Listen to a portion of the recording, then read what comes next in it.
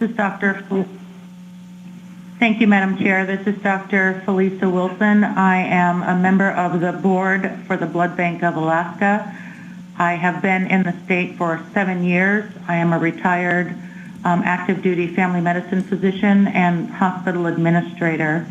I am calling in support of and to request $3 million to be included in the capital budget for the Blood Bank of Alaska to complete the critical donor testing lab.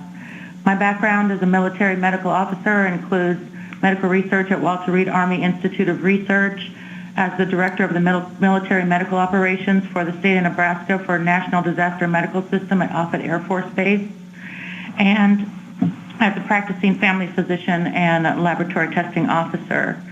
The relationship of Blood Bank of Alaska has been longstanding with the military in the state for Title X active duty and also for National Guard National Guard resources. We have been an integral part of the state's emergency response system, and as we know from what Mr. Scanlon stated, it's critical that the blood supply in Alaska be self-sufficient. Additionally, the Pacific Air Forces uses the blood supply of the state of Alaska for critical infrastructure for the troop movement within the state. If we were to get this donor testing lab, the Pacific Air Forces would be able to increase their self-sufficiency and the supply security assurance of the military blood supply in the state of Alaska, given the location of the Blood Bank of Alaska being the only blood bank in the state. I would like to say that donor testing provides dependability, consistency, predictability, versatility, and self-sufficiency. And to close, I am requesting that you support $3 million to be included in the capital budget for the Blood Bank of Alaska to complete the critical donor testing lab. Thank you for this moment to testify. Yeah. Thank you, Dr. Wilson, for your testimony. Next up, we have Eric Engbreston. Hello, my name is Eric Gebertson. I'm the owner of Bayweld Boats. I'm a 44-year born and raised Homer resident and a second-generation Alaska business owner. I'm also a board member of the Homer Marine Trades Association, and I'm here speaking on behalf of myself and my business in Homer. Thank you for the opportunity to testify on the state capital budget. I'm here to add my support to the City of Homer's request for $750,000 in state capital funds for the proposed large vessel harbor expansion project in Homer.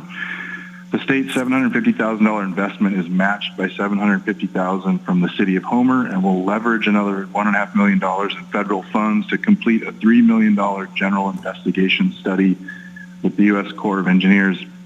This feasibility and planning study is required to move the project into the construction phase. Homer Harbor is in dire need for expansion. It was built originally as a small boat harbor and it is busting at the seams. My business is building new boats. Bayweld Boats sends $5 to $8 million worth of new vessels into the Homer Harbor every year, and many of these customers cannot get a permanent location in the harbor. My business and many other private businesses in Homer have made significant financial investments into the marine trades and business infrastructure in Homer to create economic opportunity and stability in our area, and we need the Port of Homer to grow with us to capitalize on the economic opportunities that we are investing in. The City of Homer, the Kenai Peninsula Borough Assembly, and Alaska's federal delegation are all in agreement of their support of this project, and we thank you for your support of the funds and authorizing the State Department of Transportation to join in on this very important and greatly needed maritime transportation project. Thank you for the opportunity to testify. Thank you, Eric, for your testimony. Next up, we have Shannon Martin with the Kenai River Sports Fishing Association. Good afternoon. My name is Shannon Martin, and I am the Executive Director of the Kenai River Sport Fishing Association. The Kenai River Sport Fishing Association, KRSA, is a nonprofit 501c3 dedicated to ensuring the sustainability of the greatest sport fishing river in the world, the Kenai.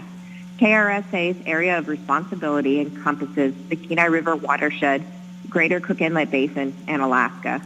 I am testifying today to specifically ask the committee to restore the general funds that were cut in subcommittee to the Sport Fish Division. These funds are used for personal services. Without these funds, the department will likely be forced to decrease fish biologists, researchers, and technicians who are in the field monitoring and managing Alaska's sport fisheries resources. Without the ability to conduct in-season monitoring, in-river and commercial fishing could both see a loss of opportunity due to a lack of good data.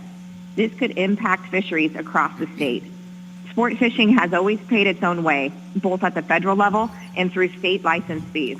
The subcommittee's proposed budget ignores this and proposes to use general fund money to replace federal excise taxes and state user fees.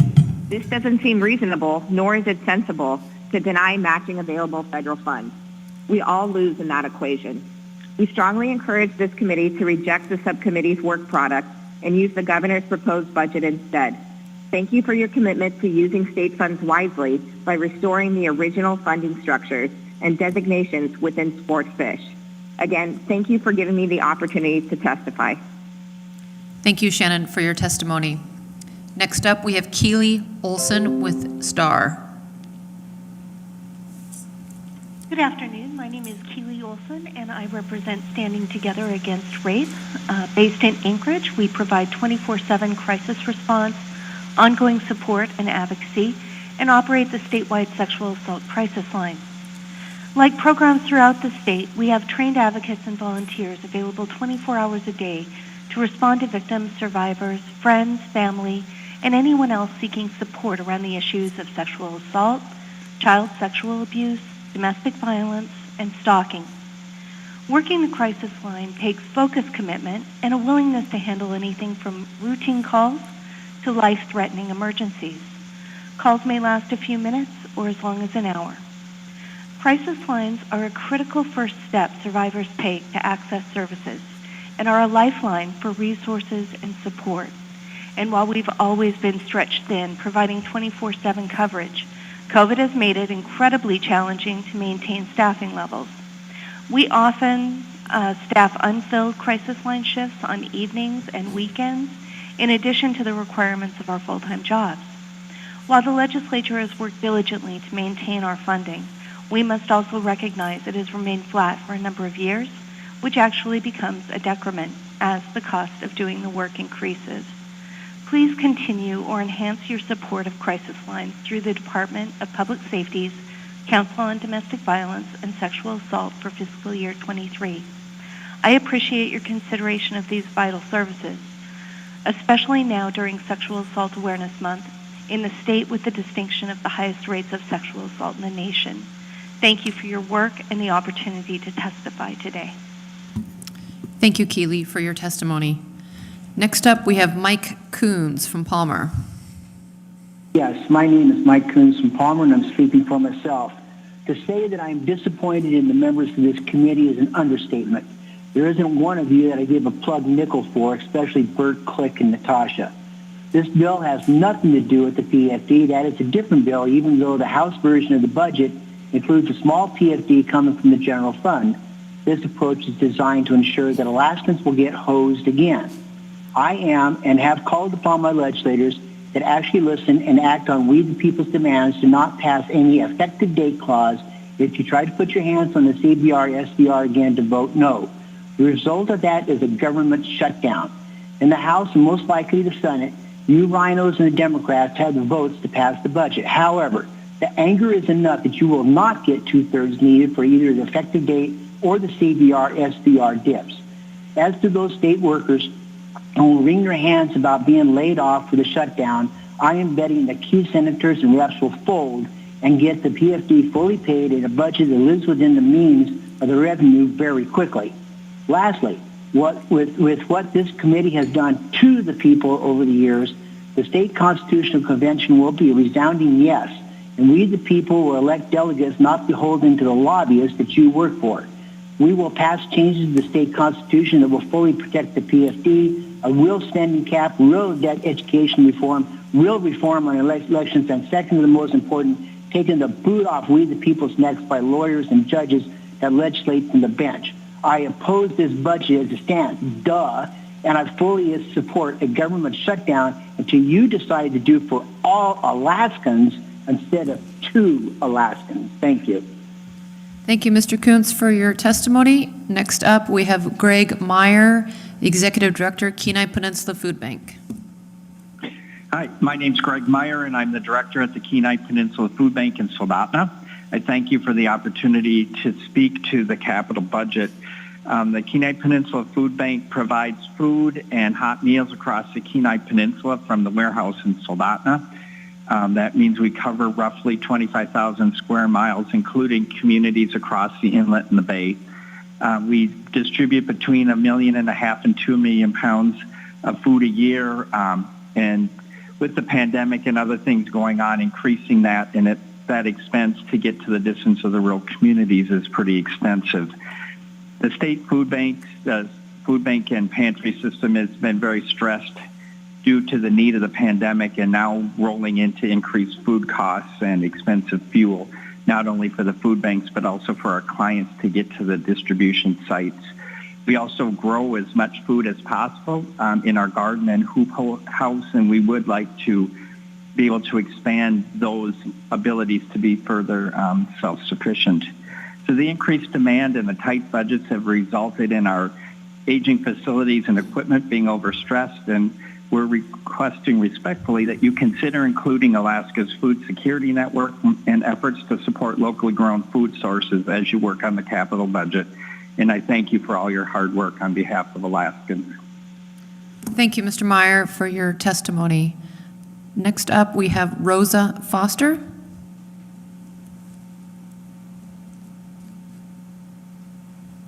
Hello? Hello. Put your name on the record and you can begin your testimony. Hello, my name is Miss Rosa Foster, and I live in the east side of Anchorage. But I'm calling today in support of funding for the Shiloh Communities Resource Center project. Now, this project is important to me because I'm a retired school teacher and principal, and I understand the value of education. And I know that through education, if we want to keep more people from becoming homeless, education is one way to provide that.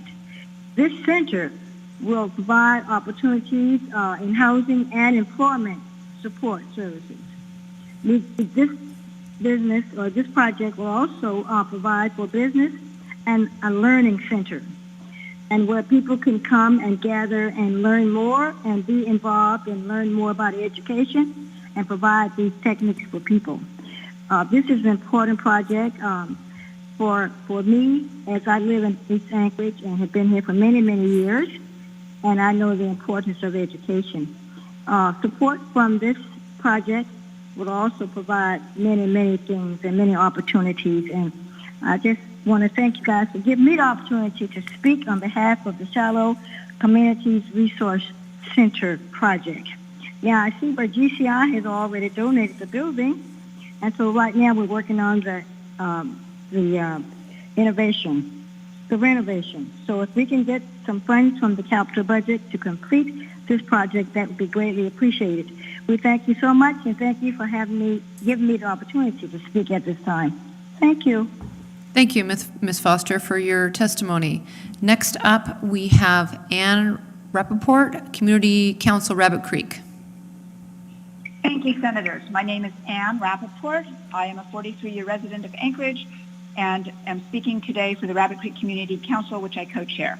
I would like to highlight 3 priority CAPSIS proposals the Rabbit Creek Community Council respectfully requests be included in SB 164. First, Chugach State Park access. Residents and visitors love Chugach State Park in Anchorage's backyard, yet on sunny days are frustrated by the lack of parking and access points to observation points, world-class trails, and backcountry here. You have a CAPSIS proposal for $400,000 to initiate development of a new parking lot at a location to be determined and improvements at other trailheads. We encourage you to increase this to $2.6 million to allow completion of this project. Second, South Potter Marsh improvements. Nearly $1 million is being expended this year to improve parking and visitor facilities at South Potter Marsh in the Anchorage Coastal Refuge. But key components of this shovel-ready project had to be dropped due to increased supply costs. Therefore, we request $780,000 be added to complete important safety and recreation elements, including toilets, improved pedestrian designation so kids can safely walk to and from their school buses, and boardwalk expansion. Both of these projects I mentioned not only provide healthy outdoor opportunities for Alaskans, they provide tourism opportunities which create economic returns and diversity so needed by our state. And finally, disaster evacuation routes on the Anchorage hillside. These are sorely lacking but critically important as our community faces threats such as wildfires, earthquakes, and windstorms. A $250,000 CAPSIS proposal will let us begin to identify, plan, and establish low-cost connections and secondary egress for disasters. Eventually, $10 million will be needed to fully complete all the needed connections for our many isolated neighborhoods. This will build on the proactive work of our Hillside-wide Resilience Committee. The Rabbit Creek Community Council greatly appreciates the support of our legislators, Representative Kaufman and Senator Holland, in promoting these proposals, as well as Senator Revac and Representative Schrage, who have helped on the hillside evacuation route and other fire mitigation proposals. We submitted some written testimony, which has some more details, and I'm happy to answer any questions. Thank you so much for this time.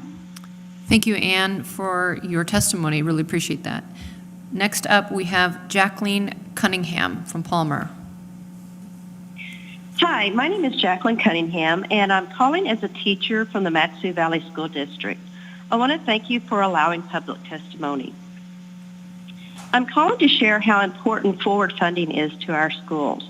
We need this funding to allow our schools to retain highly qualified teachers.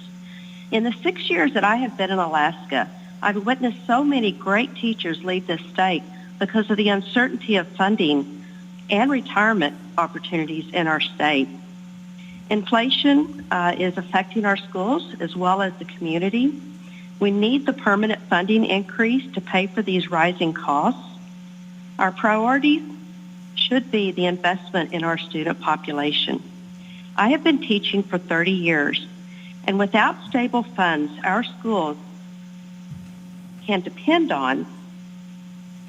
Our schools are not able to retain the teachers that we need to prepare students for college and careers after high school. Thank you for your time. Thank you, Ms. Cunningham, for your testimony. Next up, we have Captain Ronald Ward, Chairman of the Board of Alaska Port Commission. Yes, good afternoon, Senator von Imhoff and committee members. My name is Ron Ward. I am the chair of the Port of Alaska Port Commission. It's a municipal commission tasked with identifying tariffs for the Port of Alaska. I also happen to be a State of Alaska licensed marine pilot, and as such have been docking ships in the Port of Alaska, or previously the Port of Anchorage, for over 30 years. I'm testifying today to encourage the committee to support funding for the Port of Alaska modernization project in the capital budget. During the past 30 years, I've witnessed firsthand, as I bring ships in and out of that port, the steady structural decline of this critical infrastructure. Half of all inbound freight in the state of Alaska crosses the docks at the Port of Alaska, and half of that freight is delivered to destinations outside of Anchorage. The port handles 4.7 million tons of fuel and cargo in 2020, and 75% of non-petroleum marine cargo shipped in Alaska passes through the Port of Alaska. These numbers are representative of just how important the port is to the people of the entire state, but more specifically the Kenai Peninsula and Mat-Su Valley, where these goods are transshipped by truck to. You couldn't go in the store and find anything on the shelf if this dock were to fall down. And that's kind of where we're at this point. The port has worked diligently to repair the existing dock structure over the last 20 plus years. However, the dock was built in 1961. It's over 60 years old, and efforts are temporary at best. The earthquake that we survived in 2018 was significantly damaging to the structure, and the way things are going, if we were to have another one, we might not have a port to deliver these goods to. Time is of the essence because of that, as well as the fact that any kind of project of this magnitude requires permitting and long-term construction contracts that are, could only be secured by 2025 if we were able to continue where we are now. We get started now. Wanted to bring this to your attention today. I know there's been a lot of discussion about the port, and I'm willing to come and speak to legislatures at any time in the future. I hope you'll consider this for the next budget, and I'm happy to answer any questions if you're interested in asking someone who's been working there for years. Thank you, Captain Ward, for your testimony. Next up, we have Alex Hofling, Tote Maritime, Alaska. Good afternoon, Madam Chair, members of the committee. Thanks for the opportunity to testify. My name is Alex Hofling, President of Tote Maritime, Alaska. I am domiciled in Anchorage, Alaska. Tote has been a port user to the Port of Alaska since 1975 with our roll-on, roll-off orca-class vessels. I represent Tote and port users as co-chair of the Port of Alaska User Group and Advisory Committee to the Mayor.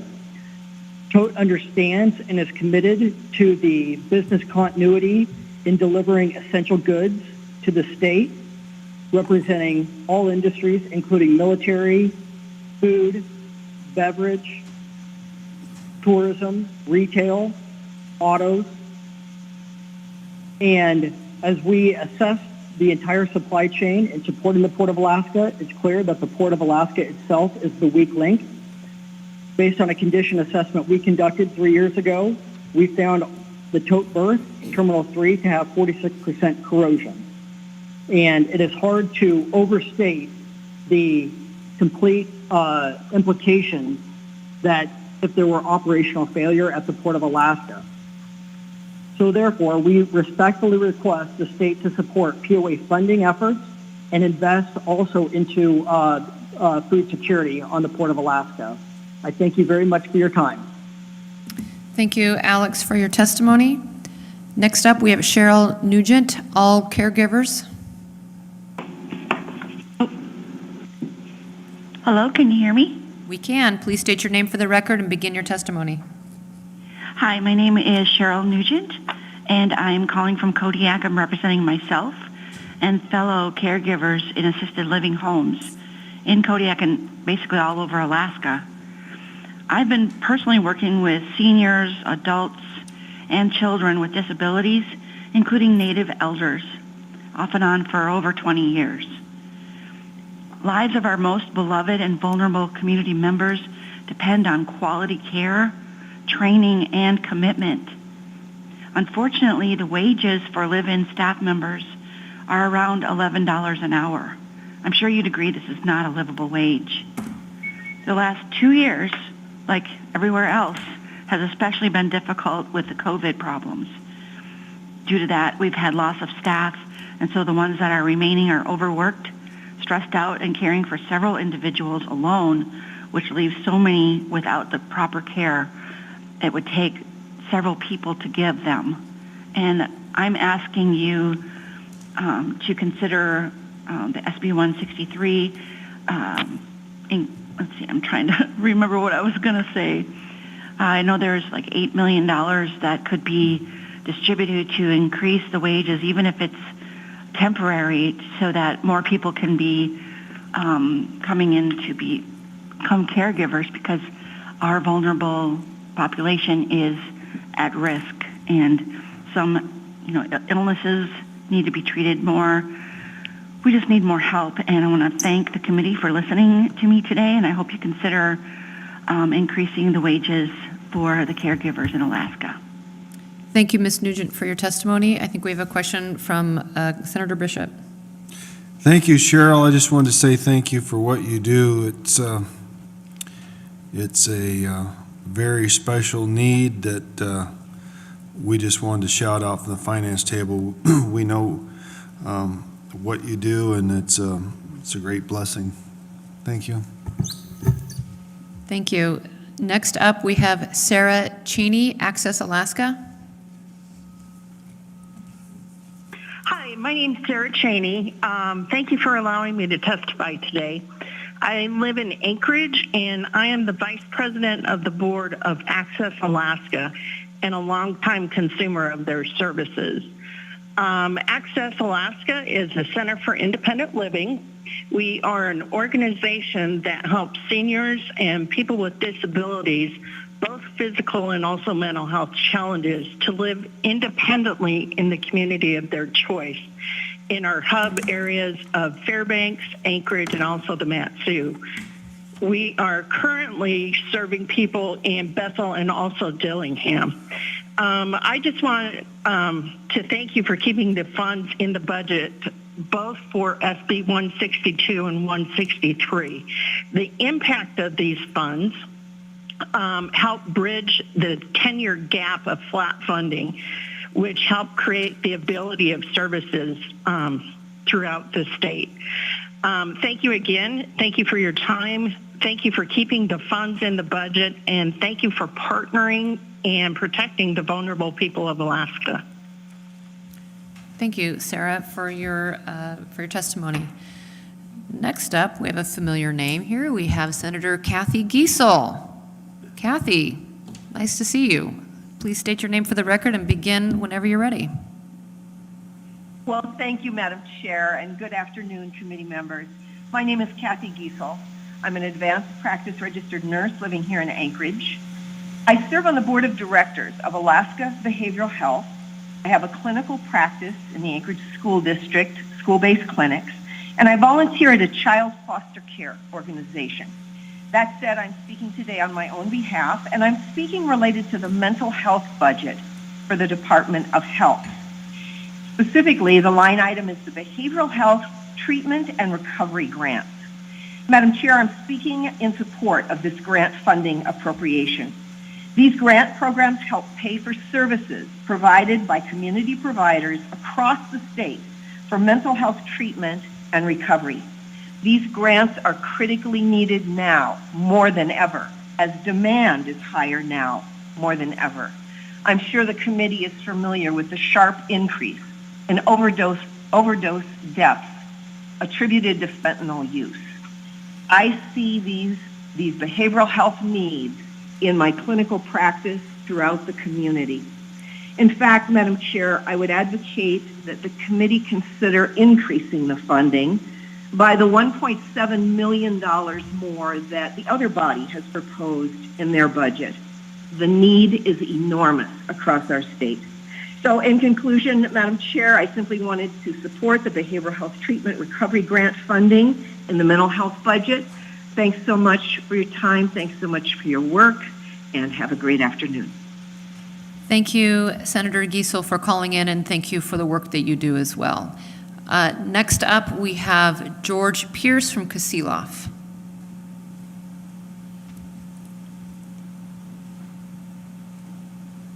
Mr. Pierce, can you hear us? Okay, we're just going to go next to Barbara Walters, Education and Training Coordinator, the Lee Shore Center in Kenai. Good afternoon. My name is Barbara Waters, and I'm representing the Lee Shore Center, a domestic violence residential crisis response program here in the central Kenai Peninsula area. Thank you for the opportunity to speak today. Our emergency shelter is available to support victim survivors 24 hours a day, 7 days a week. Our facility can house 34 people, and we are often at capacity. Costs will be rising in FY23 due to the rising cost in utilities, particularly fuel and heating bills. We anticipate a 10% increase in these costs, which seems small but can be difficult to absorb. The House Finance Committee added $500,000 to the Council on Domestic Violence and Sexual Assault's budget to help pay for these costs without having to reduce services. Reducing services doesn't sound too bad until you realize that means there will be victims who will not be able to get to safety. They will continue to be hurt. There will be children without a safe place to stay who may go hungry. Real consequences of having to choose between keeping emergency shelters fully operational or restricting the number of people to be served. I believe each of you support victim safety, and I thank you for your concern. Please continue to support emergency shelters throughout the Department of Public Safety's Council on Domestic Violence and Sexual Assault for fiscal year 23. I thank you for taking testimony today. Thank you, Barbara, for your testimony. Next up, we have Joanne Hall, AFL-CIO President. Well, good afternoon. Chair Von Imhoff and members of the committee, my name is Joanne Hall. I'm the president of the Alaska AFL-CIO. I'm calling in today to advocate for a larger capital budget this year. As you all well know, for the last few years, we have had a very minimal capital budget. And this year, with the recent appropriation from the federal government of the IJA dollars, we are looking at needing a state and local match to bring those investments home to our state, to put Alaskans to work, and to rebuild our infrastructure here. I want the committee to really think about that. That's spending a dime to get a dollar, and I really think that is a worthwhile investment for our state. That being said, I also want to encourage you to support the bill coming through the body that would allow you to appropriate those dollars and to avoid those contingencies and those dollars being appropriated through an RPL process. To go alongside those dollars, we will need also some operating dollars. There's an appropriation inside the operating budget for $10 million to the Department of Labor. We support that. As you know, our construction workforce has dwindled as work has boomed in the lower 48 and our capital budget has been so small. We are going to need to train a generation of Alaskans to capitalize on this work and this incredible investment from the federal government.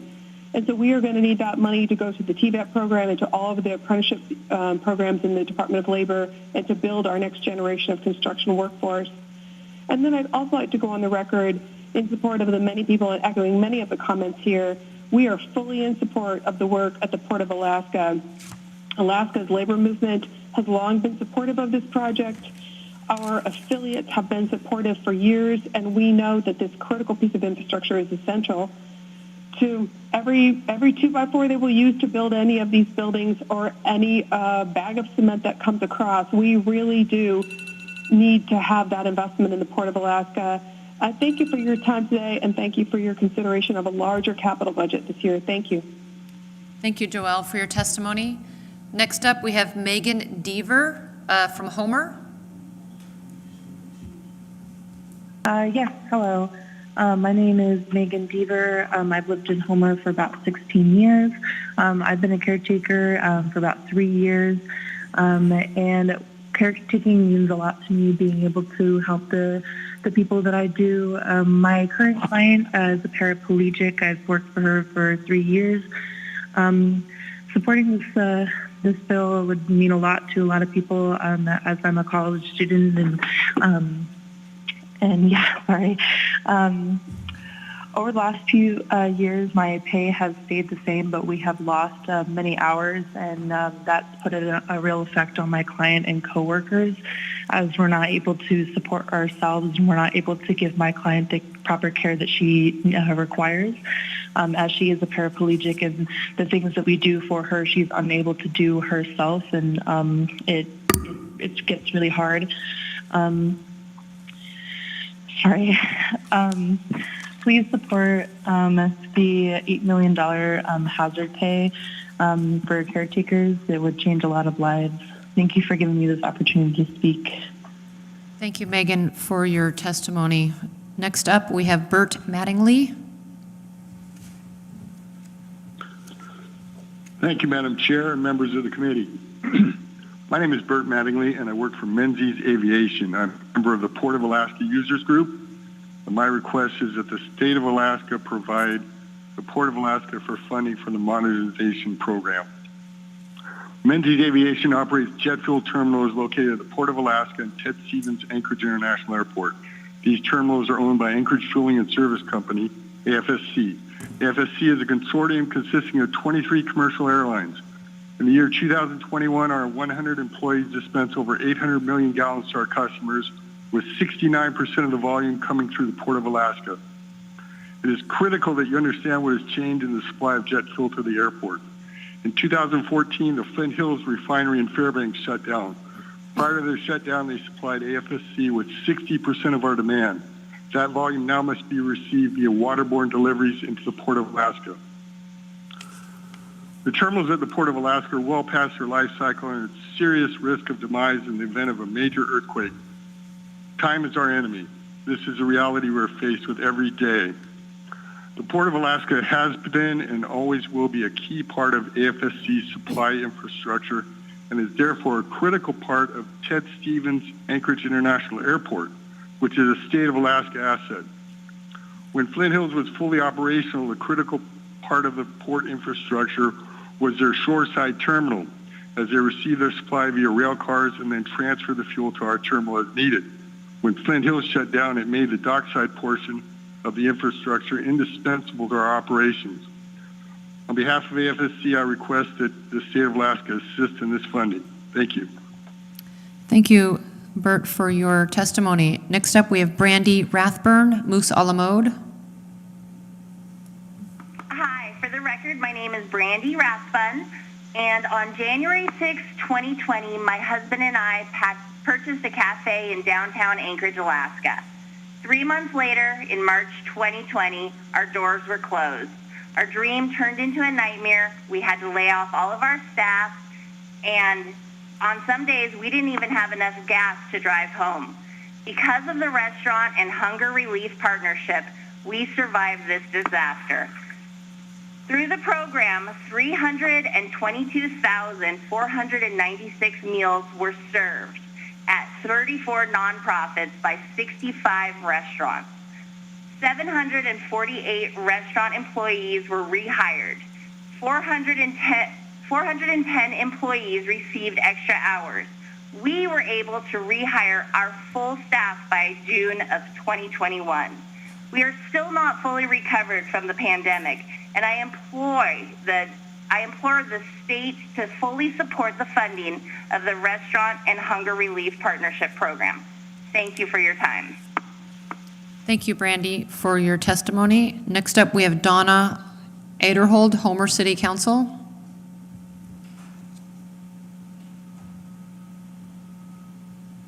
Donna?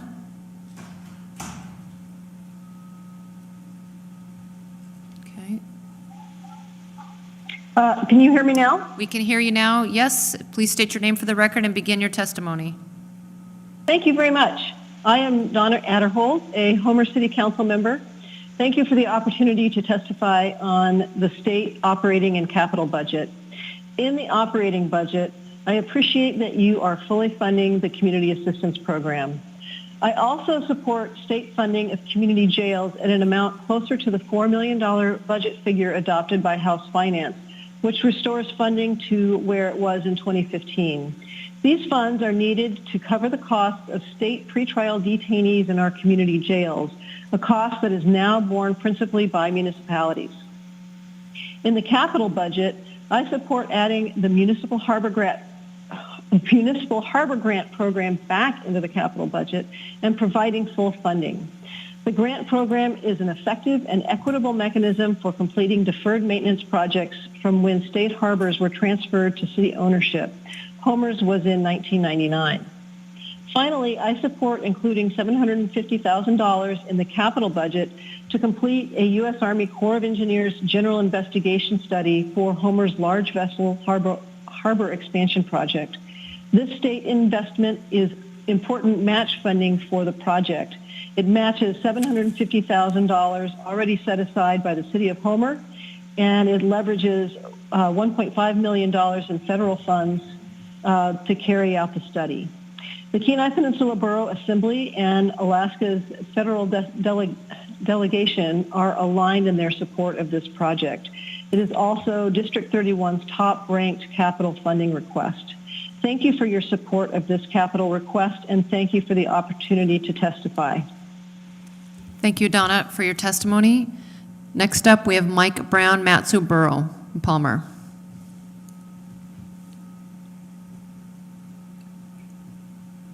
Do you see him? Finance Committee today. Good afternoon. My name is Mike Brown, and I'm the Matsu Borough Manager. Thank you for the opportunity to provide testimony to the Senate Finance Committee today and for your service to our great state. I will be brief in my comments. The Mat-Su Borough appreciates the governor's and legislature's support for fully funding school bond debt reimbursement. This is a critical appropriation and can significantly affect our ability to provide services to our community if and when the state does not reimburse these bonds.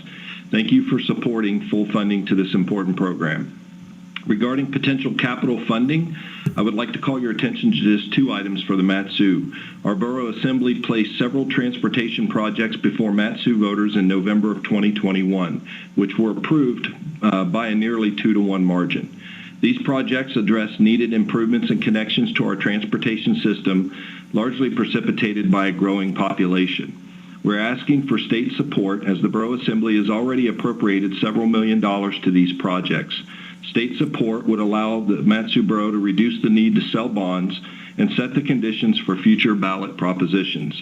This is a way for the state to partner with a local government match to complete important projects for residents. MSB would appreciate Finance Committee consideration for this request. And finally, the Mat-Su Borough is honored to be the host for the 2024 Arctic Winter Games. Due to COVID-19, the landscape for fundraising for an event like this is evolving. We would appreciate state support for this event to ensure that adequate funding is available for the 2024 Games. Thank you again for your service and your time and consideration today. Thank you, Mr. Brown. We have a question from Senator Bishop. Mr. Brown, are you still there? I am. Have you guys obligated and expended the $10 million that the legislature sent you last year for your Mat-Su roads and paving? It has been appropriated, yes, sir. Thank you. Thank you. Next up, we have a question from Senator Wilkowski. Yeah, thank you, Mr. Brown. Last year, the Mat-Su Borough somehow got a lot of money that other communities didn't. Do you think if we're going to start going down this road of appropriating funds for local communities, transportation projects, roads, and things, that should be done on a more statewide basis? I think that's a fair thing for the legislature to consider. In this case, we've already coupled this with a local match. That's where I think it's a great opportunity for local communities to come in and put skin in the game, if you will. So I think certainly that's not unprecedented for the state to consider providing funding for local transportation projects. Thank you. Next up, we have Mr. Bruce Bustamante, President and CEO of the Anchorage Chamber of Commerce.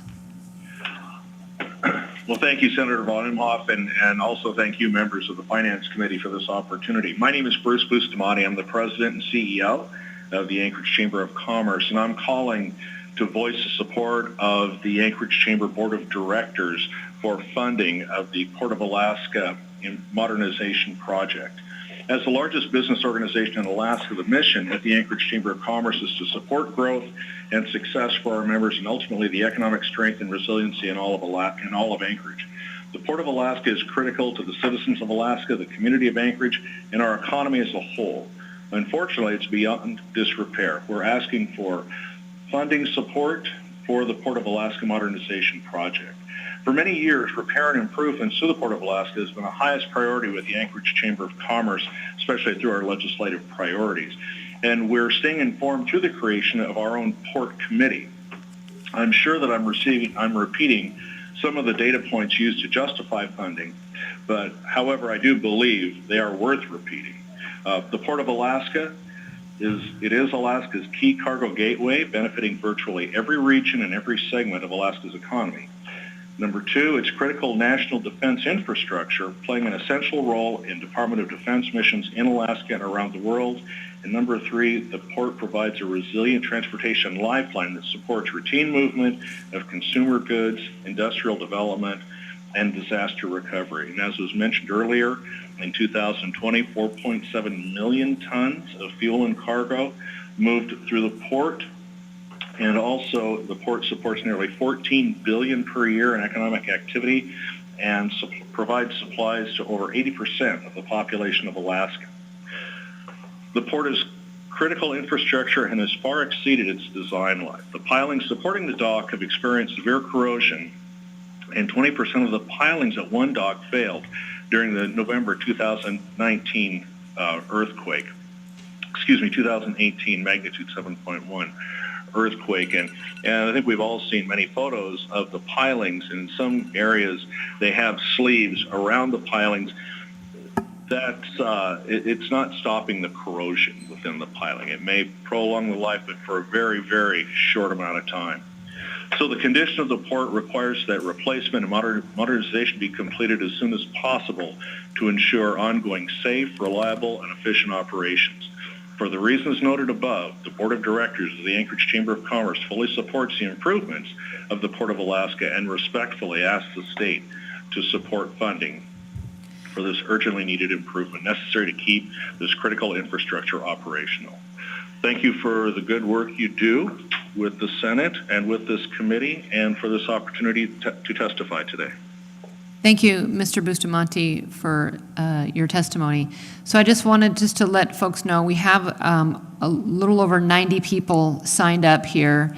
And this committee, we do have other committee business in the mid to late afternoon. So we're going to get through everybody here, but we're going to keep it at 2 minutes.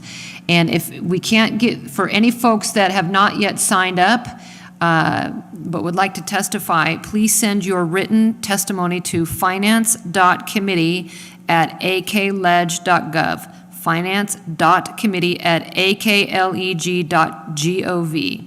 Thank you. Next up, we have Eric Gurley, Executive Director, Access Alaska. Good afternoon, and thank you, Senator Von Imhoff and members of the Senate's Finance Committee. I am Eric Gurley, the Executive Director of Access Alaska, Inc. I'm calling from Anchorage, Alaska. Access Alaska is one of Alaska's 4 centers for independent living. Our efforts assist individuals and families to improve their independence and help Alaskans with disabilities remain in their own homes and communities. Access Alaska provides Center for Independent Living supports out of 4 main hub areas, including but not limited to Anchorage, Fairbanks, the Mat-Su Valley, and Southwest. Access Alaska provided supports to 39 Alaskan communities in FY21. My ask, I'm calling to thank you for your support. That is SB 162 and the Senate Health and Social Services Subcommittee's recommended increment to the Centers for Independent Living in the FY23 operating budget. This helps address more than 10 years of flat funding of these services. And these funds will allow Centers for Independent Living to continue to provide essential services in Alaskan communities. In fiscal year 2021, Access Alaska and the collective 4 Centers for Independent Living served over 2,500 consumers and families with over 5,600 services and helped to keep 111 people out of nursing homes, which saved Alaska millions of dollars of public funds. Your continued support of this increment also supports senior services from our community-based grantee partners and peers. Simply thank you for this consideration and your continued support. Thank you. Thank you, Eric, for your testimony. Next up, we have Mr. Rick Nelson of Anchorage. Hi.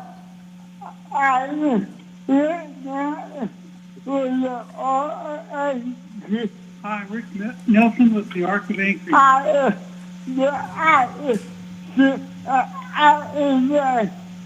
I'm the advocacy and outreach manager there. I'd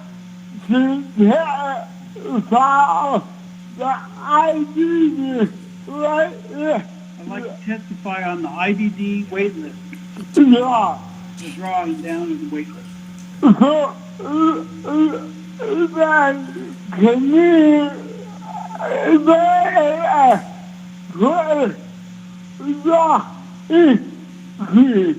I'm advocating for a 20-person draw increase.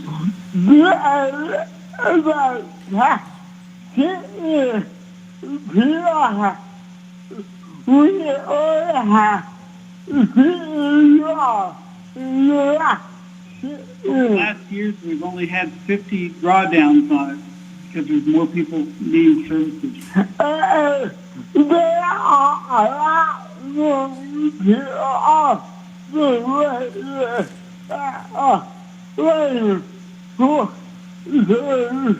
And there's a lot more people on the wait list that are still waiting for services.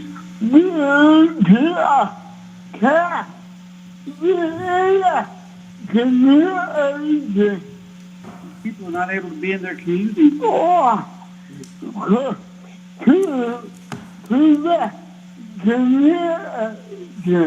commute to their communities.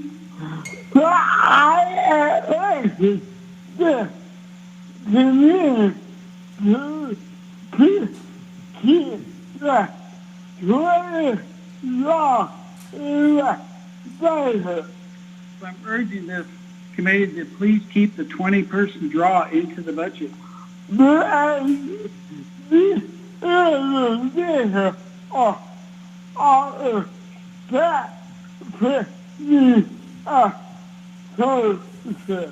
These individuals are in desperate need of services. Thank you. Thank you for letting me testify. Thank you, Mr. Nelson, and we really appreciate that. Next up, we have Mr. Dean Paul of Anchorage. Hi, yes, my name is Dean Paul, and I also am advocating. I'm a member of the Governor's Council on Disabilities and Special Education, and I'm also advocating for us to do more concerning the wait list. It's a serious problem. These people are suffering, and we need to take it more seriously, and we need to keep this a 20-person drawdown. We really need to actually get rid of the wait list, but I understand the budget constraints. But if we don't take care of these people, they end up costing society much more in other areas. It's actually better if we take care of the at-risk population and provide them with the services that they desperately need in order to be within their respective communities and be able to receive the services that they need to be able to achieve a meaningful life. Thank you, Mr. Paul. Thank you. Thank you. Next up, we have Sherry Day, Alaska Home Care in Sutton.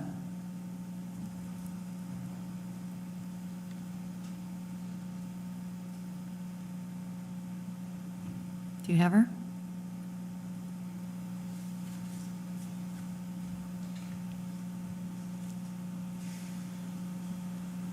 Nope, no, okay. If she calls back, just let us know. We have Mayor Dave Bronson. Hello, Mayor. Mayor of Anchorage. Thank you, Madam Chair and members of the Senate Finance Committee. This is Anchorage Mayor Dave Bronson. For the record, I'd like to comment on what I believe is the most critical capital spending project facing our state, that being the rebuilding and modernization of the Port of Alaska. The port serves roughly 90% of our state, bringing in the vast majority of food and supplies for all Alaskans and industries. I cannot underscore how vital it is for the state to commit funding this year for the port. Due to extreme corrosion occurring on the pilings and the existential threat posed by a significant earthquake, the port is currently seismically unstable. In layman's terms, this means we could lose the port if a large earthquake struck South Central today. We've been told by engineers that had the 2018 earthquake lasted just a few seconds longer, the port could and would have failed. The Assembly and I passed a $165 million revenue bond for the port. Anchorage has skin in the game, but we cannot do this alone. Our ask is for the state to commit $600 million to the port this year. $600 million is roughly the cost of rebuilding cargo dock number 1. The $600 million equates to a seismically resilient cargo dock at the port. Doing so will get us to what I call food security for the state. One seismically resilient dock will allow food to reliably come in to Alaska. Currently, we do not have food security. I know you face tremendous pressure to find important projects and worthy ideas, but in my view, there is nothing that takes a higher priority than providing food security for Alaskans. Again, I ask you to commit $600 million to the port this year. This concludes my testimony. Thank you, Madam Chair. Thank you, Mayor Bronson. Appreciate your testimony. Next up, we have Mr. Dan Brown from Soldotna. Hello, thank you, Bon Imhoff and Senate Financial Committee for listening to me today. I'm calling in support of the forward funding that allows school districts to properly plan and prepare for upcoming years and early funding, and it is crucial to the sound financial management as well as educator recruitment and retention. I've lived in Alaska for a little over 30 years, and I have a daughter that's in college right now that wants to be an educator back in Alaska. And I spoke to her about what you guys are talking about doing now in the forward funding, and she was very excited about that and make a big difference to her for coming back to state. She was raised in Alaska, and she understands Alaska, and she has family in Alaska. And that I would really appreciate your support in this area. Thank you. Thank you, Mr. Brown, for your testimony. Next up, we had Vered Mayers with Writer's Block. Hi. Thank you to the members of the committee for allowing me to testify. My name is Vered Mattis. I am the operating owner and manager of the Writer's Block bookstore and cafe in Anchorage, and I'm calling in to testify and implore funding for the Restaurant and Hunger Relief Partnership and Program. As you might be aware, there were over 322,000 meals prepared and served by 65 some odd restaurants and for numerous nonprofits around town. For us, we prepared just shy of 10,000 meals last year. It was singly the program that allowed us to retain our staff during all the pandemic craziness. And it was also what allowed us to fulfill a lot of our mission as being further connected to our community. Our costs over the pandemic and in recent inflationary climate have gone up significantly, as well as our costs of labor. And it's because of, and directly because of this program, that we survived all of 2021 and the end of 2020. And it's what allowed us to start this year on a positive note. I firmly believe that without it, not just our restaurant, but many might not have actually survived at all. It kept our employees, in business, and it wasn't simply a gift. It was, work, real work. It wasn't just a grant that we could, just fill our pockets with. It actually required a lot of work, which gave us a tremendous sense of purpose.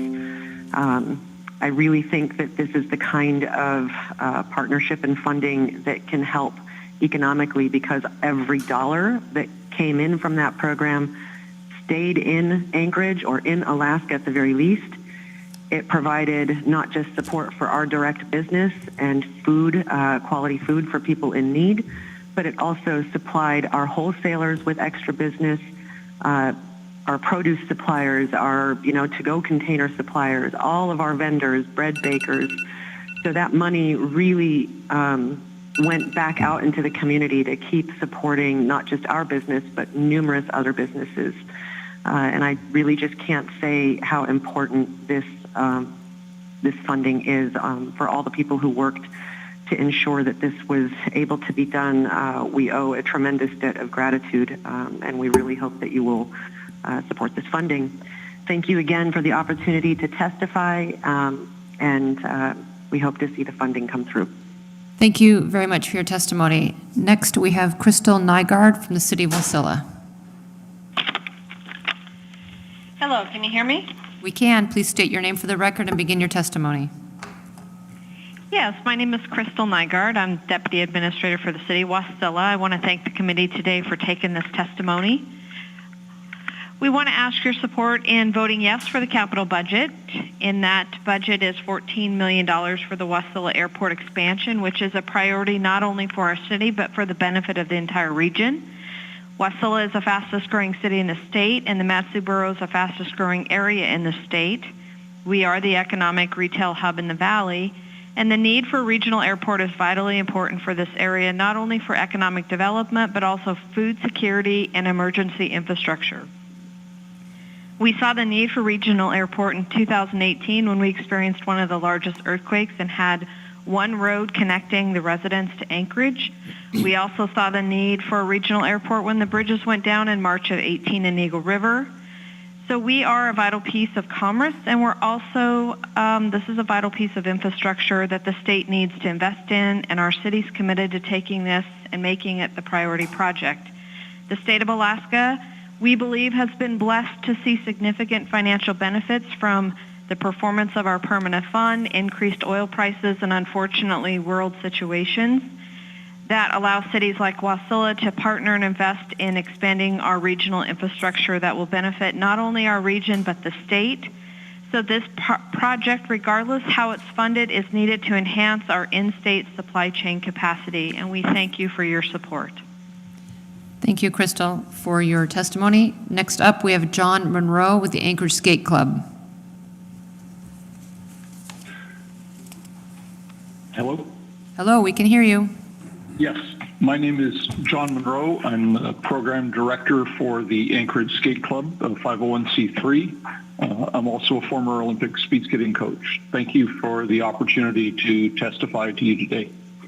I'm speaking to you to support inclusion of the request for $650,000 in the capital budget for the Alaska Community Foundation Midtown Park Chalet Fund for a warming facility at Cuddy Family Park, brought forward by Representative Drummond. Since 2015, our organization has provided skating programs for hundreds of kids at the Cuddy Park Skating Oval, and we believe every Alaska kid should get to skate outside in winter. This is a unique facility in America, the only outdoor skating oval in the middle of a major city.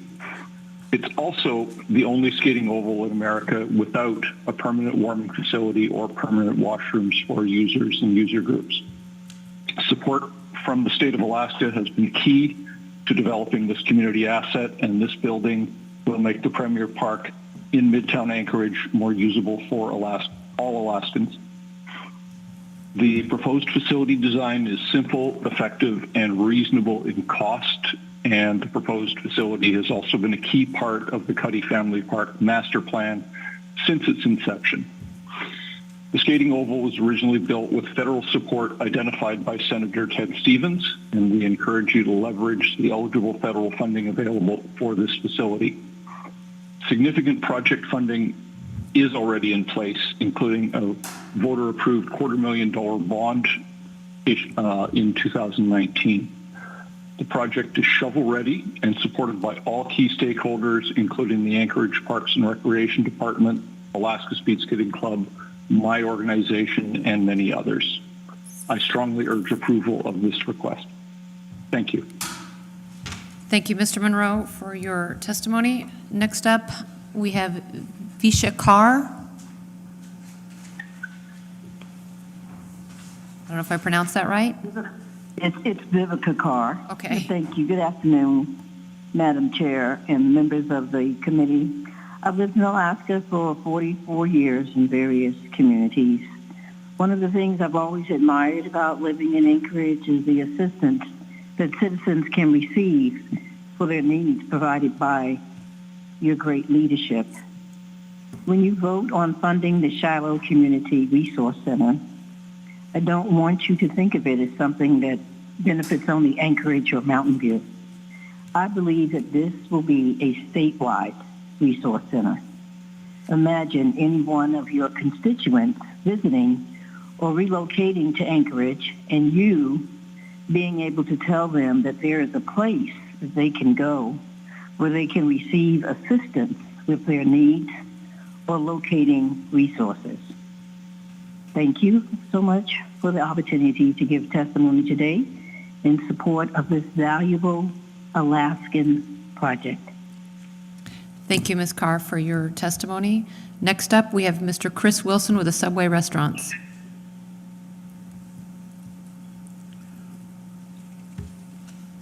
No, he's not here. Okay, if he comes back on, you'll let us know. Next up, we have Nathan Earforth, President Kenai Peninsula Education Association. Good afternoon. For the record, I'm Nathan Earforth, a history teacher on the Kenai and president of the Kenai Peninsula Education Association. Thank you for the opportunity to address you today in favor of this budget. We do not get a lot of chances to make big moves in the right direction on the problems that we have in our state. We currently have a budget surplus that we need to use wisely and effectively, and education must be a top priority. I frequently hear 2 points regarding education funding that need to be addressed. One is that schools don't deserve additional funding because they're already too expensive and they aren't performing in a satisfactory manner. I invite you to come with me and visit our schools in action just to see how successful our students really are. One only has to look at the relative cost of everything to see that everything costs more here. We must recognize that we have some of the most unique education needs in the nation, and providing an education does actually cost money. Allowing our districts to slowly be bled dry by inflation is unconscionable, and our students are the ones that suffer while others pontificate about wanting a better, quote, return on our investments.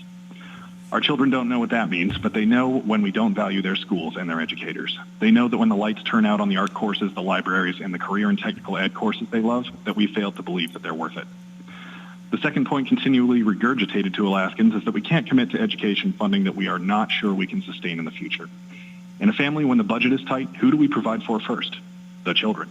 If we aren't willing to commit to their futures, we fail to build a society that will stand the test of time. When we have children that receive the attention and support that they deserve in the classroom, when we have children who have the resources and feel our faith in them, we will have children who survive and thrive. Our schools are the centers of our communities and the only source of safety and opportunity for too many. The stronger our education system is today, the stronger our economy and our society tomorrow. I support forward-funding education, raising the BSA, and most importantly, showing our children that their lives and futures are worth an investment that at the very least doesn't decrease every year. Thank you. Thank you, Nathan, for your testimony. Next up, we have Catherine Bacon from Palmer. Hello. We can hear you. State your name for the record and begin your testimony, please. Hello, my name is Catherine Bacon, and I've lived in Palmer for since 2005. I am speaking for myself today. I've been a caregiver for 25 years.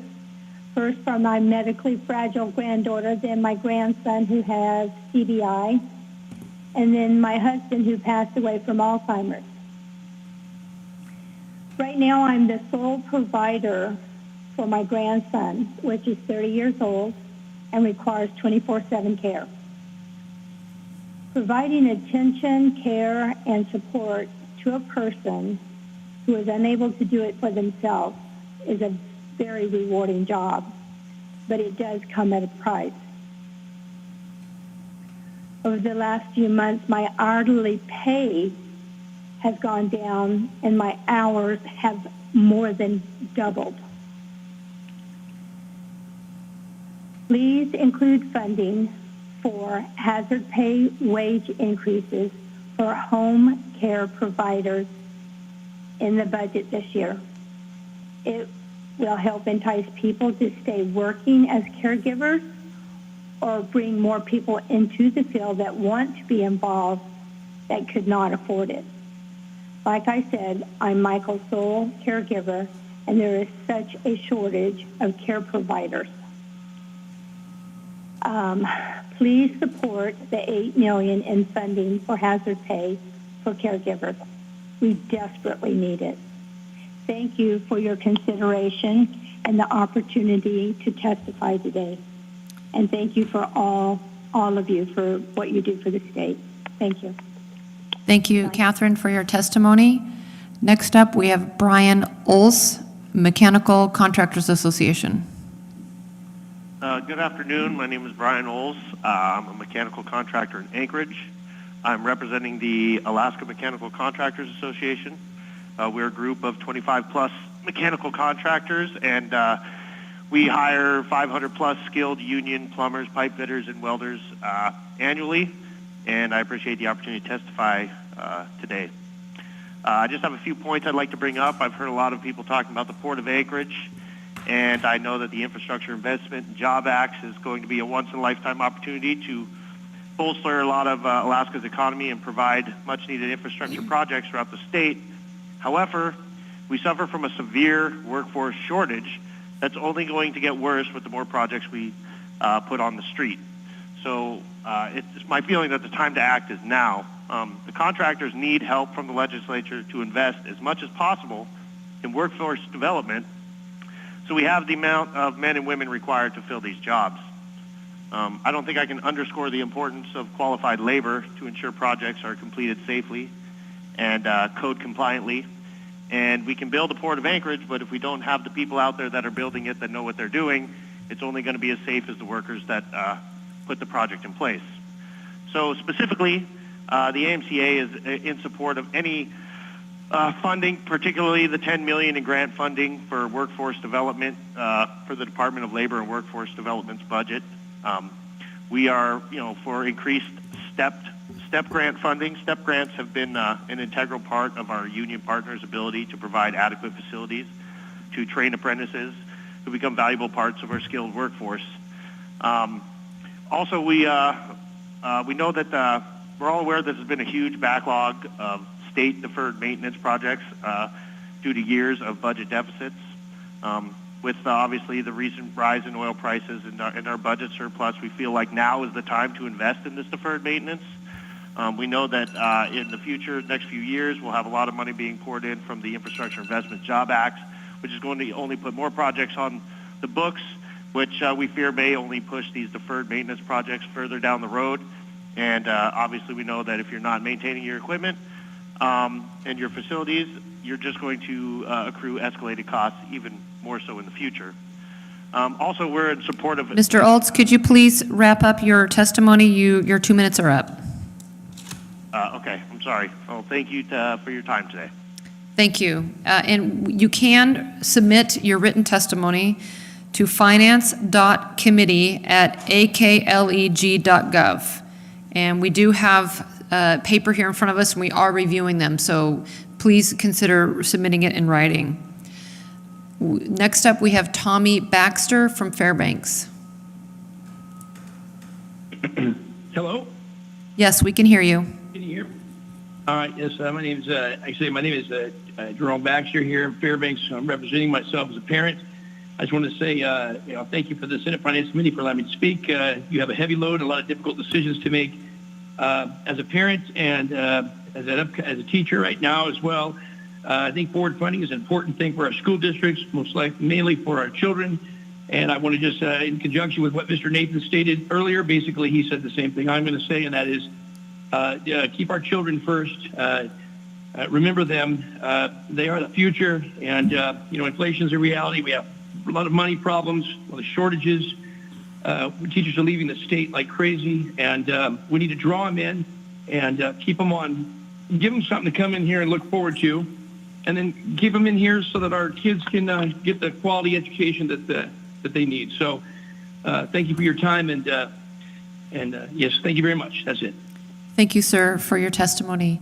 Next up, we have Katie Rooks from Prince of Wales.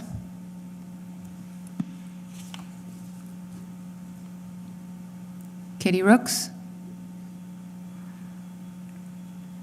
No, she comes back on. You can let us know. We have Beth Nordland, Anchorage Park Foundation. Hello, I'm Beth Nordland, Executive Director of the Anchorage Park Foundation. I know many of you because we bring people together to work on parks and trails in your neighborhoods with private funding, volunteer support, and local, state, and federal funding. The Anchorage Park Foundation submitted projects for the capital budget that meet federal funding criteria. Our projects will create jobs and create recreation infrastructure for hiking, biking, snow machining, hunting and fishing, and travel and tourism. 4 citywide project proposals that connect us include 1, the Alaska Long Trail Anchorage to Matsu Reconnaissance Study.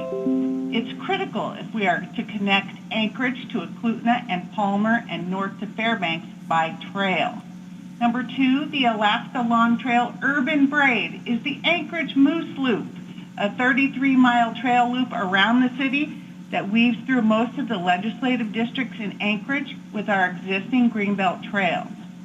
Number 3, an investment of funds for the Takotnu Cook Inlet National Heritage Designation feasibility study can bring in millions of dollars to the region and further build community with stories of our heritage. Number 4, an investment in Anchorage cultural tourism and indigenous placemaking is strongly advised for the economy of this region to enhance the visitor experience in our increasingly globalized world. We look forward to groundbreakings and ribbon cuttings with legislators who support parks and trails, and we look forward to helping our economy bounce back with these park and trail investments. Thank you. Thank you, Beth, for taking the time to testify today. Next up, we have Chelsea Foster from Anchorage. Hi, my name is Chelsea Foster. I live in Anchorage. I've been a caregiver for 2 years. I care for my brother-in-law. He's an adult with disabilities. For me, caregiving is where my heart is at, primarily because I am taking care of a family member. With that being said, taking care of my brother requires me to work 24/7 with no days off. Over the past 2 years, my pay has gone down and my hours have been cut. With the rise of inflation and gas prices, my family and others in the same arena would benefit greatly if you would please support $8 million in funding for caregivers. Thank you for your time and have a great weekend. Thank you, Chelsea, for your testimony. Next up, we have Dan Kennedy from Wasilla. Hi, Dan Kennedy, Wasilla. I was a CPA for over 40 years. I'm currently an independent economist in the Matsu Valley. My testimony is in support of the capital budget, specifically supporting the expansion of the Wasilla Regional Airport. I wish to thank the committee for support of the GO bonds and capital projects. Wasilla Regional Airport expansion will help the supply line issues for all of Alaska. As a former ADA board member, I know regional economic development. There's a huge demand for diversified economic development in the Matsu region. As everybody knows, the fastest growing area of the state. Wasilla Regional Airport expansion is paramount to the diversified economic development that will happen with such infrastructure investment. I'll end my testimony from a quote from one of the smartest private sector leaders I know in our great state that says the Matsu Borough has several thousand more people than Fairbanks, but no passenger service. That is just absurd. Thank you to the senators for your hard work in Juneau. I'll sign off. Thank you, Mr. Kennedy. Next up, we have Robin Ledecker from Anchor Point. Yeah, hello. My name is Robin Leidecker, and I live in Anchor Point. Can you hear me? We can, thank you. Yeah, good, okay. In Anchor Point on the Kenai Peninsula. A bit of my background is that I've been a caregiver for about 10 years plus, and currently I care for a disabled senior woman in her own home. Caregiving means a lot to me as I'm able to bring dignity to the daily life of a woman who has raised 2 children here in Alaska and who worked hard to own her own home in this area. So there have been no increases in wages for the last 5 years for me, and that takes its toll with the rising cost of everything. So please support the funding for the $8 million of hazard pay for home care workers in this year's budget. And that's it. Thanks for listening to me. Thank you, Robin, for your testimony. Next up, we have Susan Pearson, Abused Women's Aid in Crisis. Good afternoon. I hope all of you are well, and thank you for all the time you're taking today to listen to our testimony. My name is Susie Pearson, and I'm representing Abused Women's Aid in Crisis, or AWAKE, here in Anchorage. We are the only emergency shelter for victims of domestic violence in a community of almost 300,000. I truly appreciate you listening to me today. AWAKE provides emergency shelter, offers legal advocacy and support, and we assist victims, survivors, and their families to navigate social service systems. We're able to provide these services to victims of domestic violence in large part due to this committee's work to cover the Victims of Crime Act shortfall during last session. Please continue your support to fully fund victim services through the Department of Public Safety's Council on Domestic Violence and Sexual Assault for FY23. I appreciate your time and attention to these critical supports. Thanks so much and have a great rest of your day. Thank you, Susie, for your testimony. Next up, we have Tim Potter for Anchorage Skates. Hey, Tim. Yeah, good afternoon, and thank you for letting me speak today. Hopefully you can hear me just fine. Yep. Okay, I'll be brief. My name is Tim Potter, recently retired after 40 years with Dow Engineers doing projects all over the state. But one of the things that I've also done in my career is to assist and participate in nonprofit projects that were enriching to the entire community and or the larger state population. And I'm here to advocate on behalf of Anchorage Skates, which is kind of the overview committee looking at the skating oval and warming facility in Midtown Family Park. And I've been involved for almost 20 years in the development of that oval. It is constructed. It is the sixth regulation-sized speed skating oval in the United States, indoor and outdoor. It's fully lit, so it can be used during our dark winter months, and with a sound system, and is actively maintained. And Anchorage Skates works hard every year to raise at least $10,000 to help the city of Anchorage offset the ice maintenance fees. One of the items that was identified in the Midtown Park Master Plan was a centerpiece chalet that would be a safe site for everyone that visited the park. And over the last 12 years, as the skating oval has been active, it's been very clear that one of the biggest issues is that during the winter, when it's 5 below or 10 above, that family members, parents that bring their kids and their friends to the oval or the park, for that matter, for activities, always get surprised by the one kid that didn't use the bathroom at home.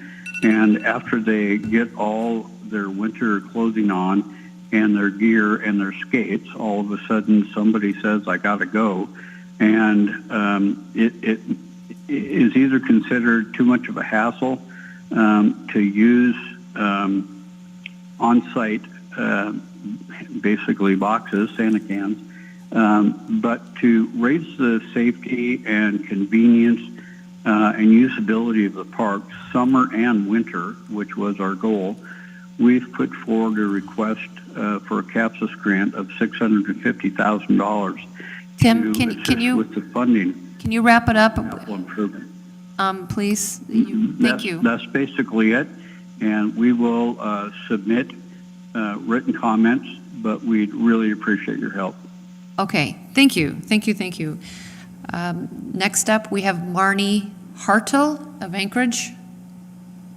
Hi, can you hear me? We can. Hi, thank you, Senator Von Inhofe and members of the Senate Finance Committee. For the record, my name is Marnie Hartel, and I am from East Anchorage. Thank you for the opportunity to testify today. I am calling in support of federal funding for K-12 public education, support districts, and attracting and retaining high-quality educators, permanent funding increase to offset the rising fixed costs and inflation. I have been a classroom teacher for over 15 years, and I've watched the state of Alaska continue to flatline education, unable to meet the rising costs due to inflation. Before the pandemic, since 2009, we have seen the ongoing trend in staffing shortages in education. Educators are now leaving the profession at such a rate that Alaska is unable to compete with the same shortages in the lower 48. Now more than ever, educator burnout is a top issue. Teachers and education support professionals are filling in for colleagues due to the exacerbated staff shortages. For example, take a look at the website asdk12.org and click on the yellow button, I want to, and then click on the link, apply for a job. And now you can see how many openings are currently posted. There are 402 openings. 40 of these are elementary and teacher positions. 129 are special education teachers and paraeducators who specifically serve our most vulnerable population of students and fulfill our duty and obligation per federal law, IDEA. The staffing shortage is now impacting our ability to meet those legal obligations. So now I want you to ask school principals here in Anchorage and superintendents across the state how the recruitment efforts are going, like how many educators is the University of Alaska preparing, how many can be recruited to the state of Alaska from outside. The solution is just not recruitment, though, it's retention. So please address funding for teacher retirement system and funding the development of rural housing for educators. Please address increasing the base student allocation to keep up with the inflation and funding more mental health support, school nurses, counselors, and support professionals for our schools.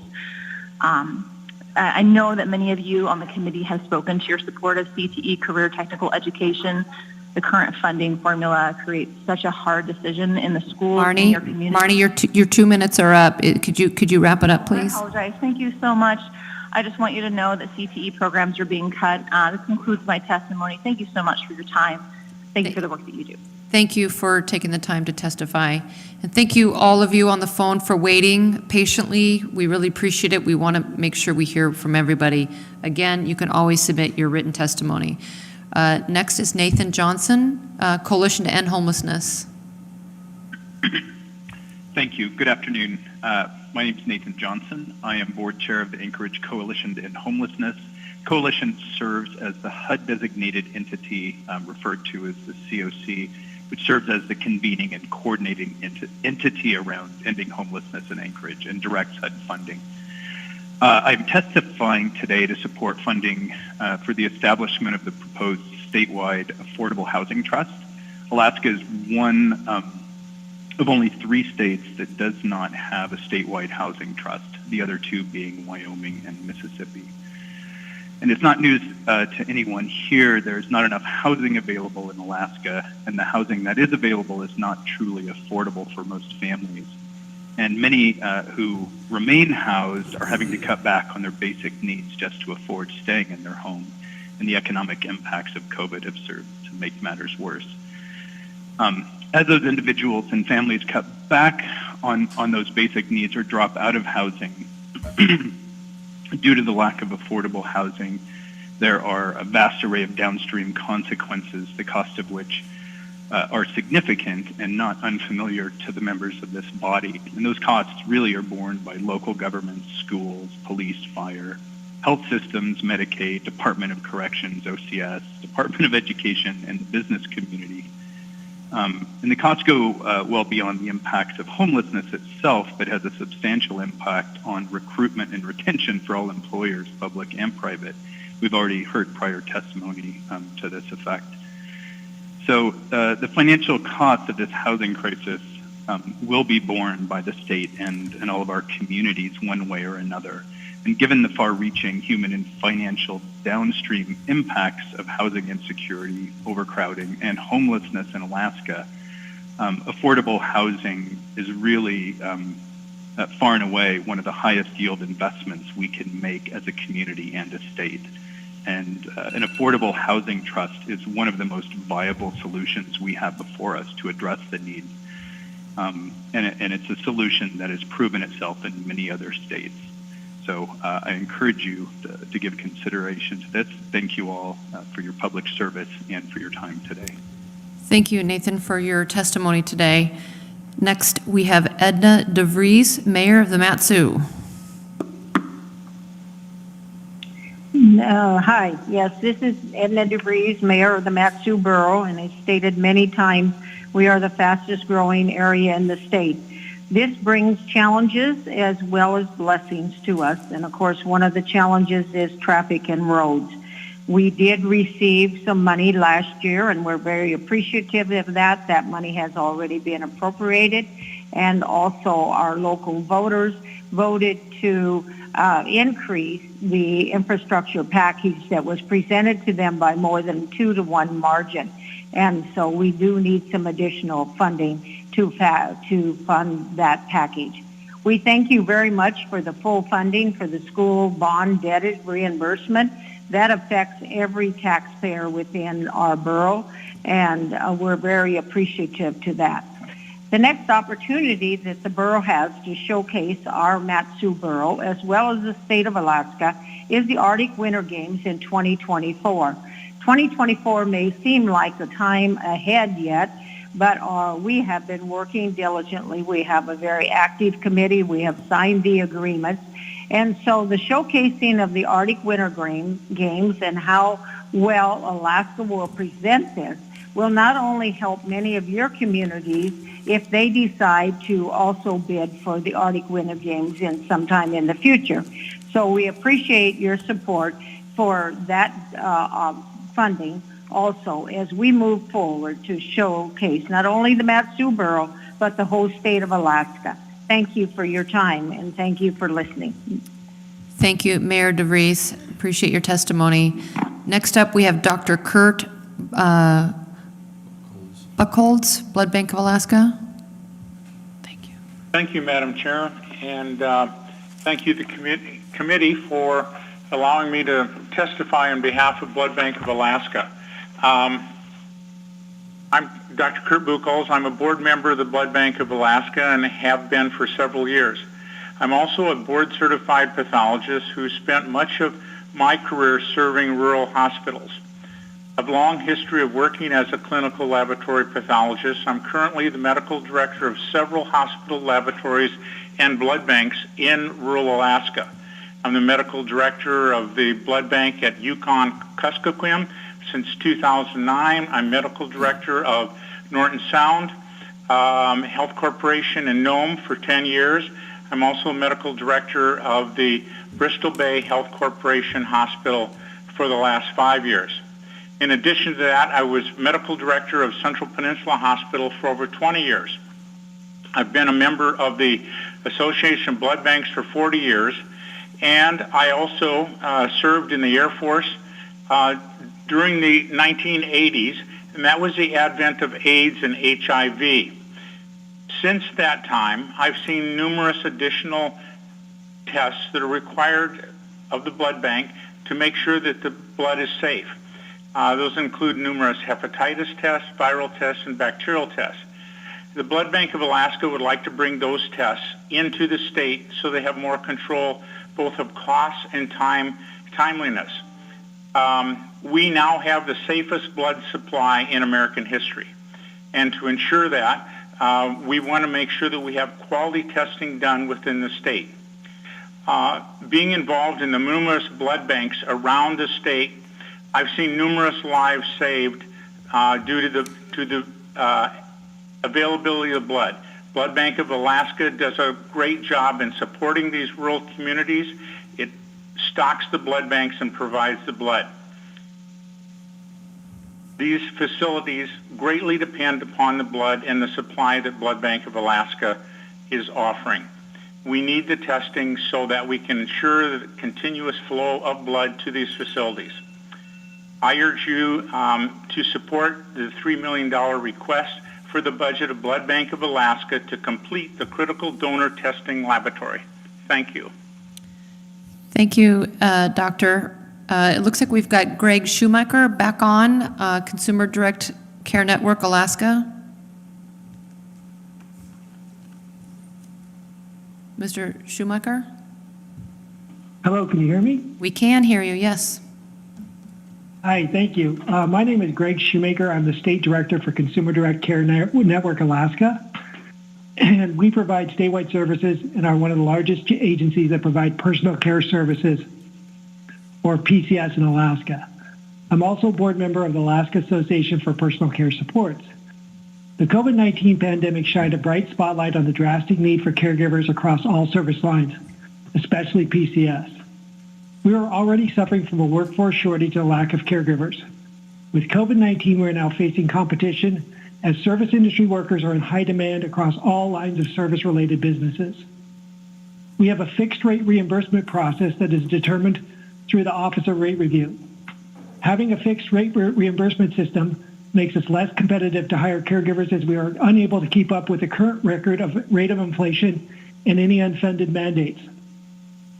Other service industry competitors are able to raise prices on their goods or services to keep up the cost of doing business. Our consumers rely on PCS to keep them healthy in their homes and communities of their choice.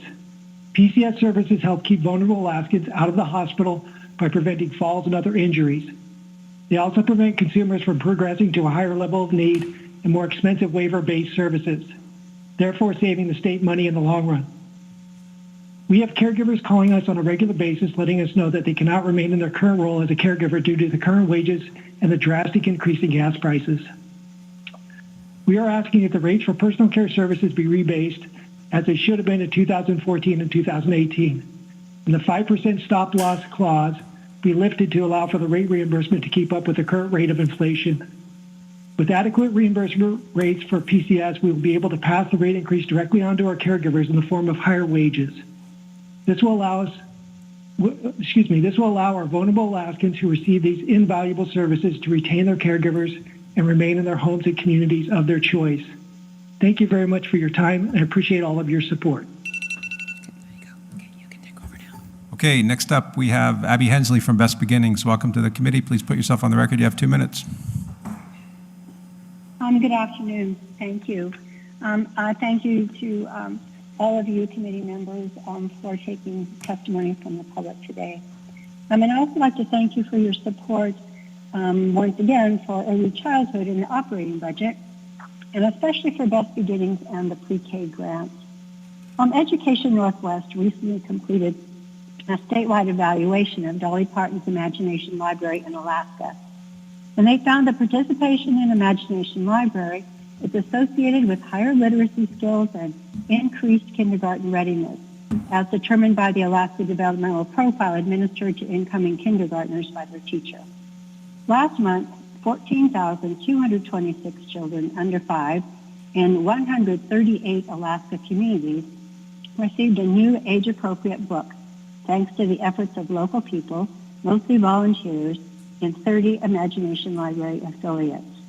And back in July 2015, there were 23,378 participating children, and that's 43% of Alaska children under 5. Best Beginning state funding was cut that year, and about 8,000 fewer children are enrolled today. That's 17% fewer children than 7 years ago. We're thankful for funding for Best Beginnings, which supplies some funding to Imagination Libraries around the state in the operating budget. I'm also requesting an increment of $200,000 to provide monthly books to 6,500 additional children in the state and literacy resources for their families. We all want children to be proficient readers by 3rd grade. This is a low-cost, simple way to contribute to reaching that goal. Again, thank you for your support for early childhood and for the opportunity to testify today. All right, thank you. Next up, we have Emily Anderson, Wild Salmon Center. Yeah, hey, good afternoon, members of the committee. For the record, my name is Emily Anderson, and I'm the Alaska Director for the Wild Salmon Center based in Anchorage. I'm testifying today in opposition to the governor's request to appropriate $4.9 million to advance the state's takeover of the Clean Water Act 404 permitting program. The state has proposed to assume the 404 permitting program several times over the years, and each time the legislature has wisely pulled the appropriation out of the budget due to the high cost of the program. Only 3 states have assumed the program due to that same high cost.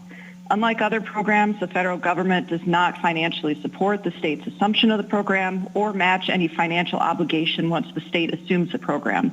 At this point, without a feasibility analysis, the legislature does not have the information it needs to evaluate the true cost of the program or whether assuming the program is a wise use of state funds.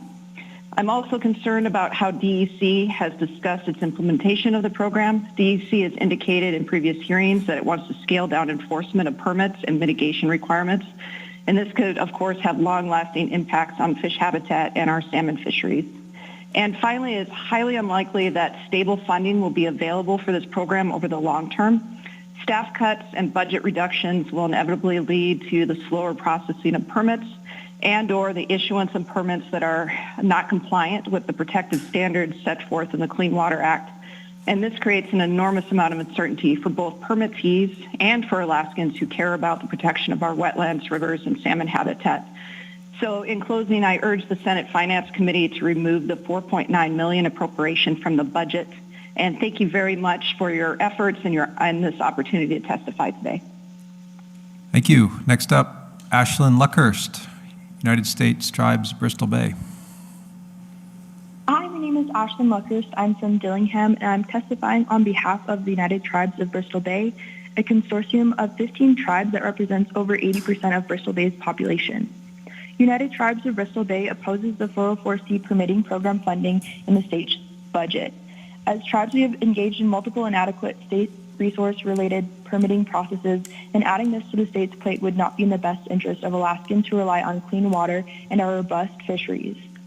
Adding the 404C permitting program to the budget is fiscally irresponsible and a waste of the state's limited resources.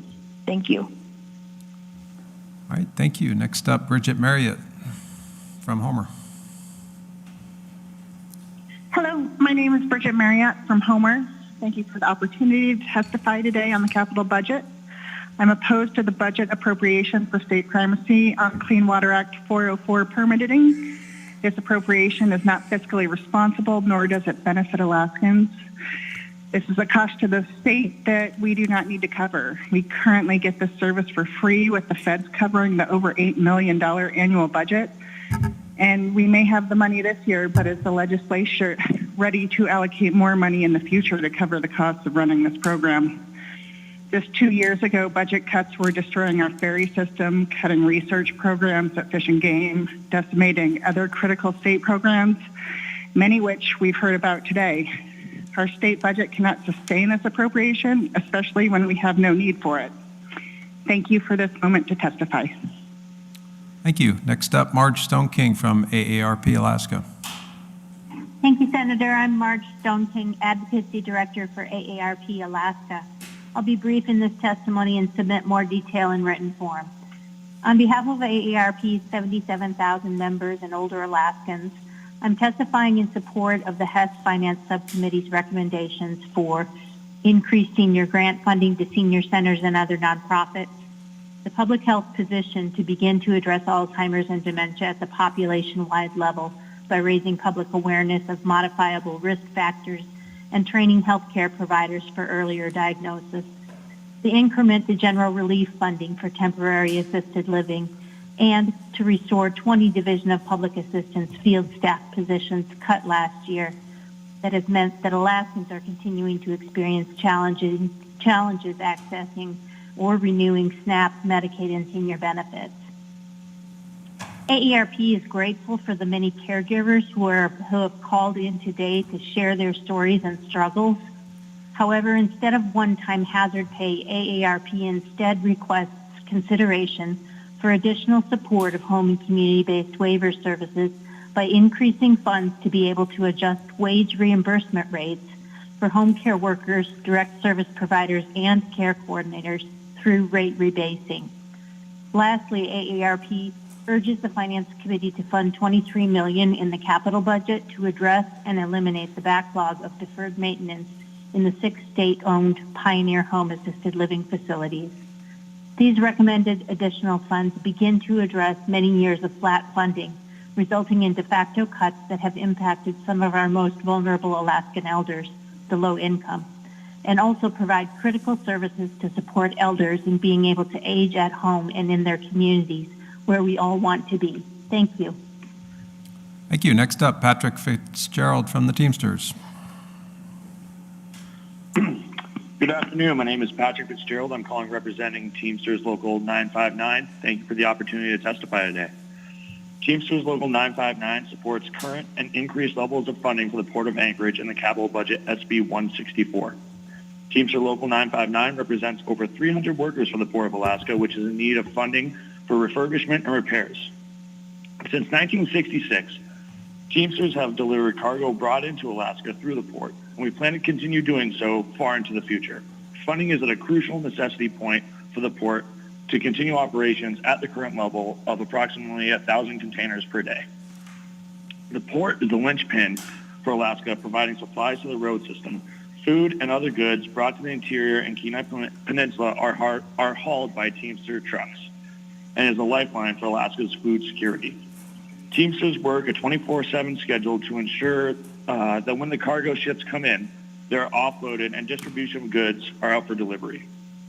With more federal dollars being made available, it is crucial for Alaska to be competitive in applying for grants to secure money over larger ports across the country. State funding will help the Port of Alaska be competitive and lock funding in for much-needed repairs to ensure the stability of the port and safe working conditions. Please dedicate as much funding as possible for the port refurbishment project to solidify Alaska's food security, continue as a hub between North America and Asia, and protect the safety of well-paying Alaskan jobs. Thank you. Thank you. Next up, Elizabeth Mehring. Good afternoon. Thank you for the opportunity to testify. My name is Elizabeth Mehring, and I live in Homer, Alaska. I'm testifying both on behalf of myself and for Cook Inlet Keeper, which is a community-based organization of 8,500 members and supporters focused on the Cook Inlet watershed and the life that it sustains. Cook Inlet Keeper, as well as myself, are both opposed to including 404 permitting in our budget.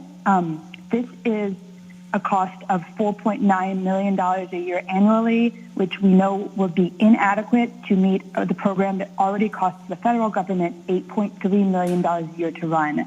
The state previously considered this and had budgeted $7.3 million annually for the same program, which is the reason the state eventually decided not to have it. It's unclear how the administration is proposing that we would run the same program that is only growing in size with less money and less staff than is currently needed. This is not fiscally responsible, and as I think you've heard today, there are so many programs in the state that require money and that aren't already funded by an independent source. This permitting process is done at no cost to the state at the state currently, and there's no federal funding assistance available if the state takes on this program. $4.9 million is unlikely to be adequate to ensure the protections for our fish and water, or to ensure that development permits are processed in a timely manner. We again would ask you to say no and take out 404 permitting from the state budget. Thank you. Thank you. Next up, Sue Mauger.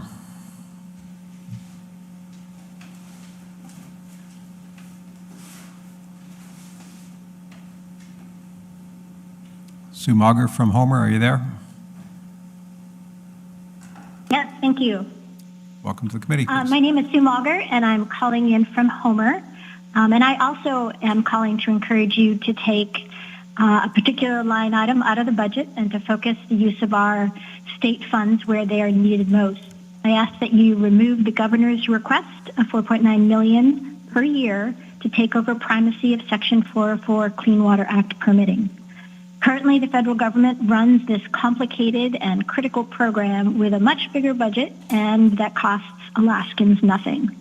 As you've heard earlier and for the last few hours, Alaska is in a severe labor shortage. Teachers, police, firefighters, caregivers are all in short supply for our current state-run programs and priorities.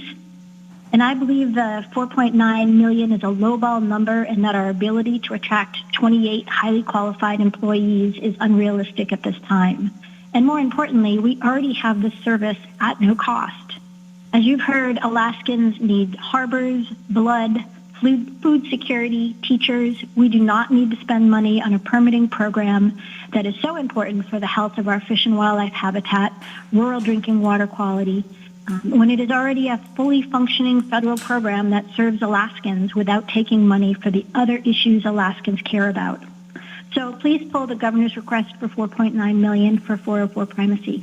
Thanks very much for your time and consideration. Thank you. Trevor Storrs from the Children's Trust. Welcome to the committee.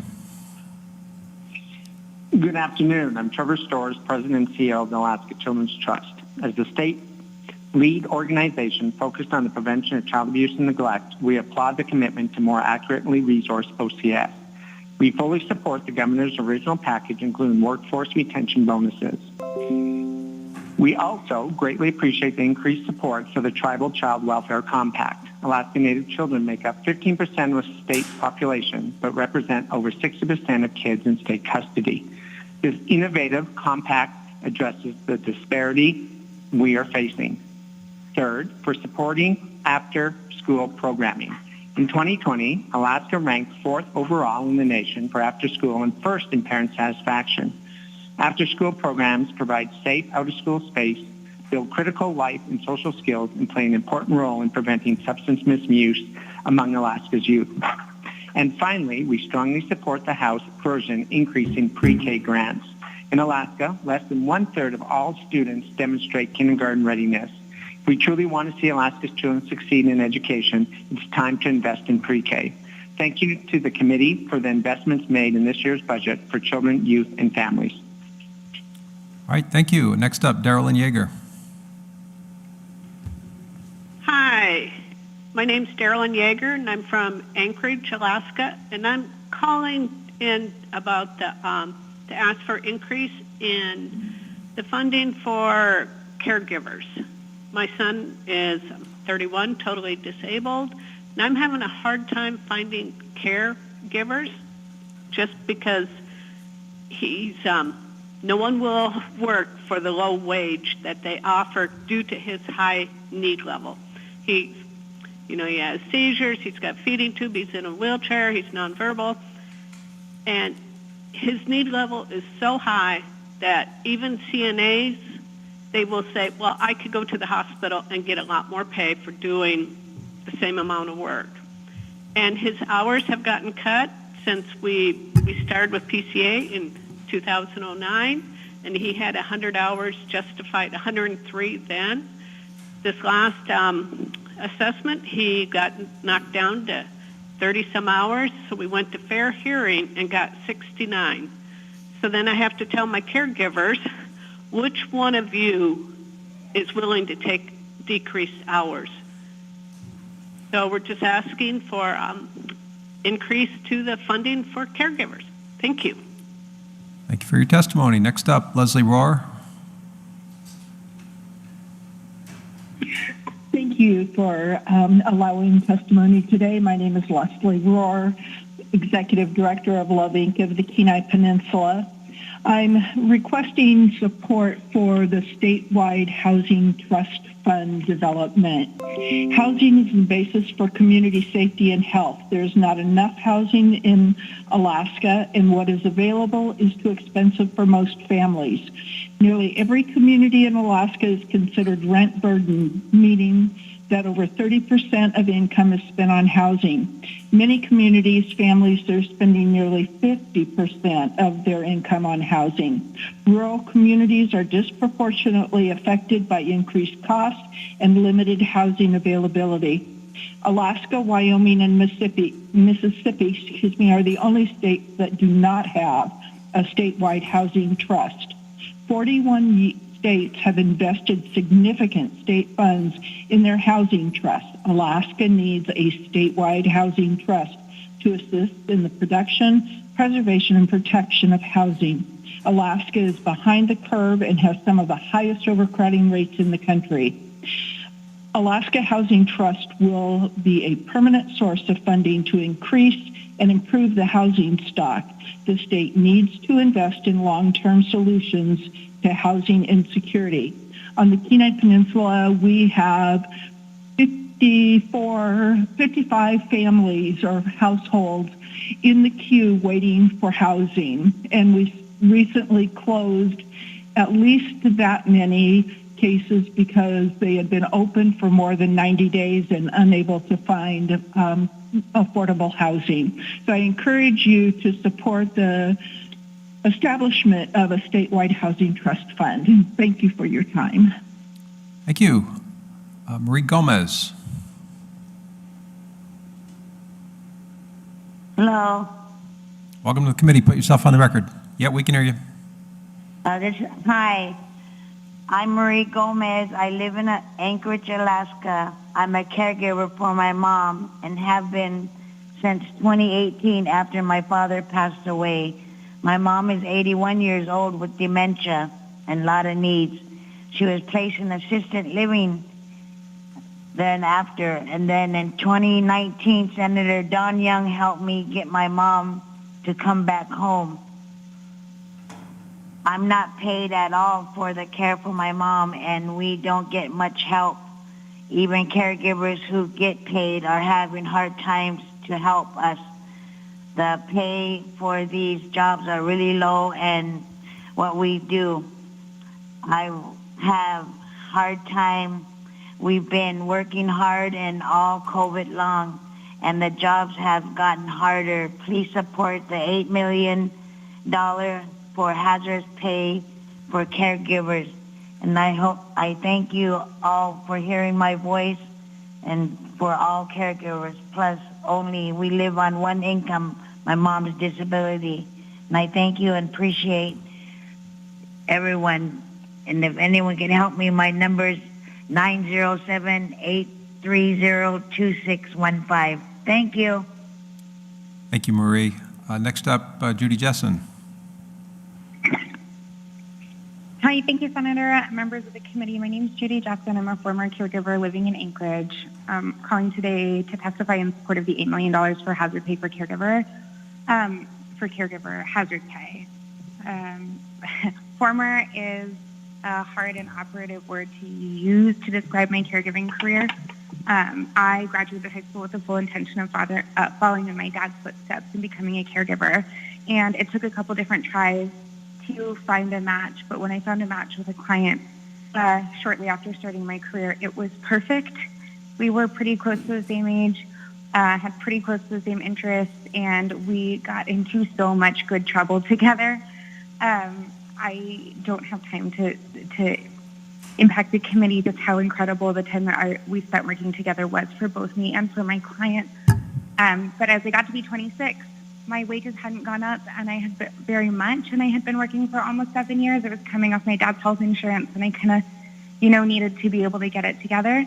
I was working as a live-in nanny, and I wanted to live in my own apartment without taking care of other people's children, and I made the really devastating decision that because of low wages in the industry, I needed to find a different career. I was really fortunate to find something that was almost as good a fit, and I'm really happy now, but I would give anything to be able to go back and be a caregiver and be able to support my family. I can't do that. Too many people are counting on me, and the wages for caregivers will never be enough to support a family if they're left untouched. I do support the long-term vision of rebasement and trying to get these rates that we're paying right-sided so we can pay caregivers more money consistently. Until then, I think using ARPA funds, the $8 million to fund hazard pay for caregivers right now, will make a huge difference in rewarding and supporting people who are working incredibly hard and have took on a lot of risk and a lot of responsibility to take care of their clients, sometimes at the sacrifice of their own families. Thank you so much. I really appreciate it. Thanks, Judy. Good to hear from you. Okay, next up, we have Bert Hoftelling. Hi, my name is Bert Hoftelling. I represent myself, my child, and about 4,600 Alaskans that listen to me. The greed and entitlement in Juneau is astounding. I just can't fathom it. $13.5 billion of the $29 billion that has flooded into our state in this past year is what you're trying to spend. $7 billion of that is just for the state and mental health budget, which should have only been $4.8 billion this year, a $400 million increase over the last year's budget. Can't believe you are so willing to break Alaska laws once again to forward fund K through 12. Just another corrupt attempt to spend the windfall in tax revenue, another excuse not to pay the statutory PFD, knowing full well it won't make it past the governor's veto or through our courts. Follow the current BSA laws that we have and cut their budget by approximately $130 million. It was announced you have a $3.5 billion surplus in tax revenue, something you have not had since 2014. And instead of that, putting it into the CVR for later use when times are hard, you all are spending it. There is no reason not to follow the law for the statutory PFD. There's $82.5 billion there to pay for it. Your actions there over the last few years have bankrupted a number of businesses in Alaska and have shoved another 10% of Alaskans into poverty, totaling near 40% of Alaskans now. Well, it's less than that, 1/3 before the pandemic happened. Those who have lobbyists and people that sit directly in front of your committees are the only ones calling in today. It clearly shows where your priorities for funding are headed. It is not to help the majority of Alaskans that are suffering from record-breaking inflation, heating, electrical, food, gasoline bills they have or nearly have doubled in the last one short year. I'm curious to see where the federal investigation happening in Juneau heads, especially knowing that you are number 2 for having the most corrupt government in USA, only beat out by Washington, D.C. themselves. I'll finish this the way I started. The greed and entitlement in Juneau is astounding. I just can't fathom it. Thank you for your testimony. Okay, next up, Satchel Pandolfino.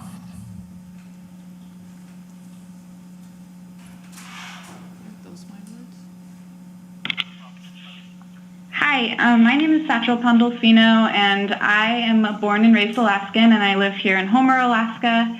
And I'm opposed to the budget appropriation for the state's takeover for the 404 permitting process. Our wetlands and waters are vital to our fish, our fisheries, and our local economies. And like many Alaskans, I live here in part due to my ability to fill my freezer with healthy salmon. The permitting process, which ensures these landscapes are protected as our state grows, is currently administered by our federal government. And I just worry that our state does not have sustainable funds to adequately administer this program over the long term. Even in this proposed budget, $4.9 million allocation to take this program over is significantly less than what the state last estimated the cost of operating the program would be, which was about $7.9 million. So in any case, this is a cost that the state does not need to cover. We get this service for free from the federal government, and taking it over is fiscally irresponsible and may very well lead to a less effective permitting process and puts our fish habitat at risk.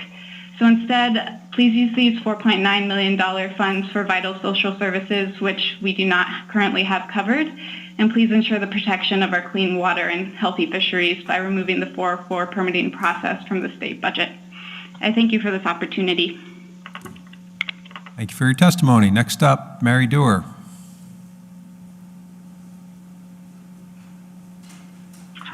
Hello.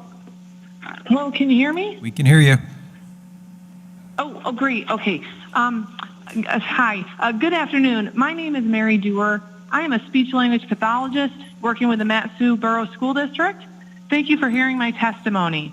Your work is very important, but it is also important that you hear from educators. 90 seconds is simply not enough time to go into how important it is that you appropriately fund our schools for the children of Alaska. Alaska schools are the lifeline for children, families, and communities. Forward funding and reliable funding are critical to obtaining and, more importantly, retaining quality educators. As a Tier 3 employee, I can tell you that Alaska is not retaining its in-person related service providers. Instead, each year, the number of teletherapists increases. Speech therapy, occupational therapy, physical therapy, and school psychologist services are now increasingly conducted virtually over the computer, typically from a professional in the lower 48, instead of a professional that is working in person with a child. Please forward fund Alaskan schools to reduce educator turnover, which will improve the education of our Alaskan children. This is proven research. Thank you for your time. Your work is incredibly important for all Alaskans. Thank you. Thank you. Next up, Michael O'Meara. Hello, am I audible? We can hear you. Great. My name is Michael O'Meara, and as a 46-year resident of the Anchor Point, Homer area, I appreciate the opportunity to speak to the committee today. I'll be brief. I oppose the state assuming primacy for 404 permitting and urge elimination of the appropriation for it from the budget. This important service is presently provided at no cost to us by the federal government. It is vital to protection of our wetlands, waters, fisheries, and coastal communities. Alaska can't oversee 404 permitting effectively for $4.9 million. Please protect our resources and save us some money by removing 404 permitting from any budget. Maybe use the $4.9 million to help fund caregiver hazard pay. Thank you. Thank you for your testimony. Next up says Nancy Peef. I'm wondering if that's Nancy Pease. Hi, I'm Nancy Pease. I'm a lifelong Alaskan, and I'm asking you to invest in the economy and public health by investing in parks and trails. Specifically, I'm asking you to support 3 projects. First, Chugach State Park access. There's a $2.6 million need to fix several trailheads and provide a new parking lot. Chugach State Park is our most heavily visited state park by far. Parking lots are chronically overflowing, with up to 100 cars spilling along the adjoining road shoulders. I've counted them. Funding for Chugach State Park access is supported by several legislators and several community councils. Second, the South Potter Marsh pullout. This is part of the Alaska Coastal Wildlife Refuge, a regional asset. This pullout is also a school bus stop with 6 buses per day in season. DOT will build a 55-car parking lot this summer. Key features were cut because of cost increases. There may not even be funds for a toilet, and we do not want our darling school kids stepping around piles of human waste. My community council is asking for $780,000 to ensure the South Potter Marsh has toilets and pedestrian safety features. Third, the Alaska Long Trail. This bold vision will benefit a broad swath of Alaska from Seward to Fairbanks. It will be a long-term economic engine and tourism draw. Let's start building it. So I'll come back to my opening point. Parks and trails are excellent economic investments. They attract an active workforce, promote physical and mental health, boost tourism and recreation, and they build a sense of pride and community. I encourage you to fund Chugach State Park access for $2.6 million and the South Potter Marsh pullout amenities and the Alaska Long Trail. And I hope each one of you has a chance to get outside to your local parks and trails this week. Thank you. Thank you, Nancy. Next up, Courtney Boast. Hi, my name is Courtney Bost, and I live in Palmer, and I'm a care provider. I've been working with my clients since 2010, and we've been with a couple of different companies because of services, but the one main one I've been with since 2010. And during all the craziness of everything going on, I have not had any pay raises. My client has not been able to get any other care providers outside of me and one other person here and there because of his level of need and the low pay. We've had people say that they will not work with him because they can make better money doing something else for less hours. And it's just been really disappointing to see that the most vulnerable people of Alaska are being cut so short on services because people can't get paid. I mean, Panda Express will pay $2 more an hour for a basic entry that I'm being paid, and he's completely hands-on. He's in a wheelchair, nonverbal, feeding tube, seizures, very high level of medical need, and I'm getting very basic pay most of the time. A while ago, Alaska cut pay for care providers, and that caused our company to cut pay for the caregivers, and we haven't seen that increase. When they got the money back, the care providers are still being, just ran down to the ground, overworked, and we do it because our clients need us. So I really, really urge you guys to look into this budget for care providers to actually help those who literally cannot help themselves and will get bed sores if we don't help them. Thank you and have a great weekend. All right, thank you, Courtney. Next up, George Pierce. Hello. Hello, George. You're on the record. Put yourself on the record. George Pierce calling from Kasilof, Alaska, 35-year resident. Thanks for taking my testimony. I'm not here to beg or ask for money. I'm here to ask you seriously consider cuts to the excessive spending resulting in a bloated state government. Stop funding and lining the pockets of government, special interests, and nonprofits. The current budget is around $7 billion That's up a $2.2 billion jump from last year. Surplus revenue is 3.5. You already blew that. That's gone. You expanded K-12 by $60 million, unions by $1 billion, university $15 million, Rasmussen hundreds of millions, and the oil tax credits $500 million, etc., and on and on.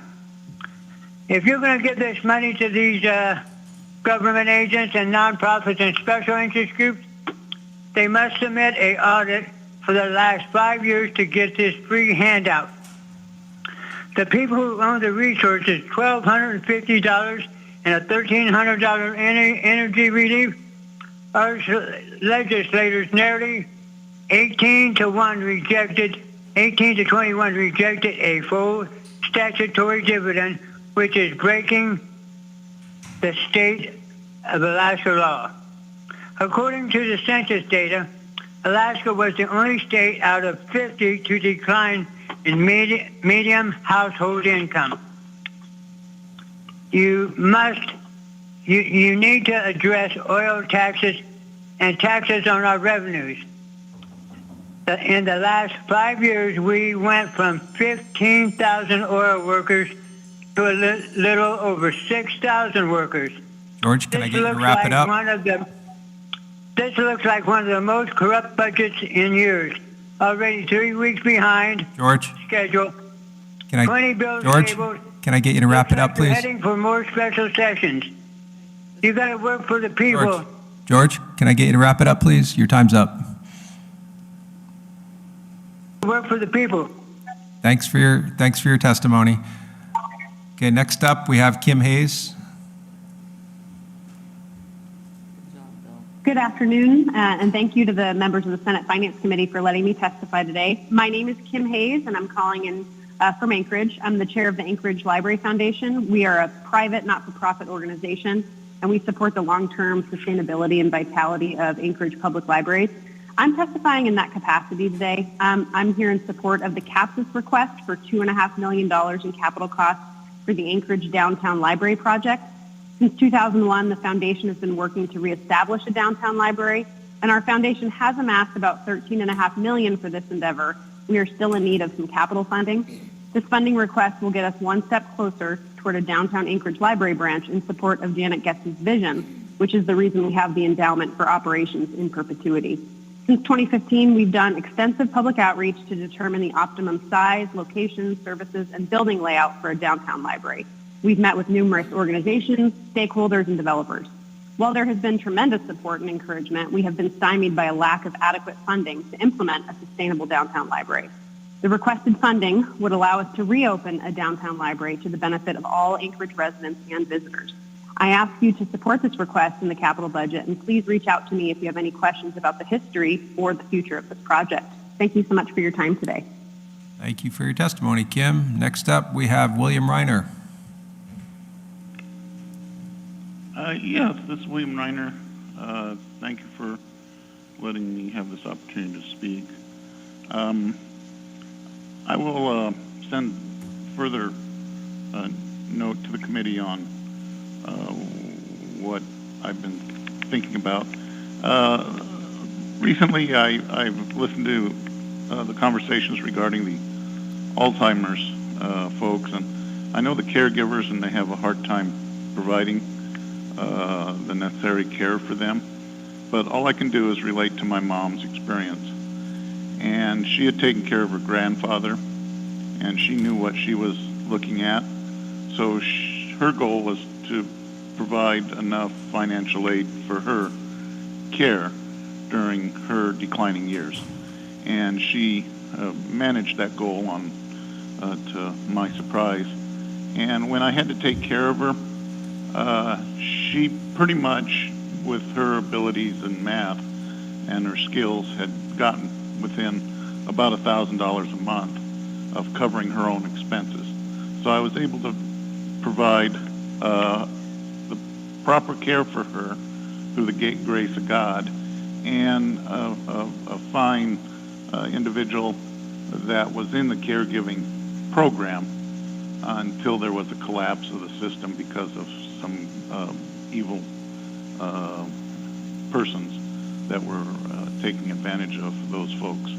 But the bottom line come down to is without her skill in managing her own life, I would not have been able to succeed in that, being that the expenses were $5,000 a month that I was able to further her time with me for the 14 and a half years I took care of her.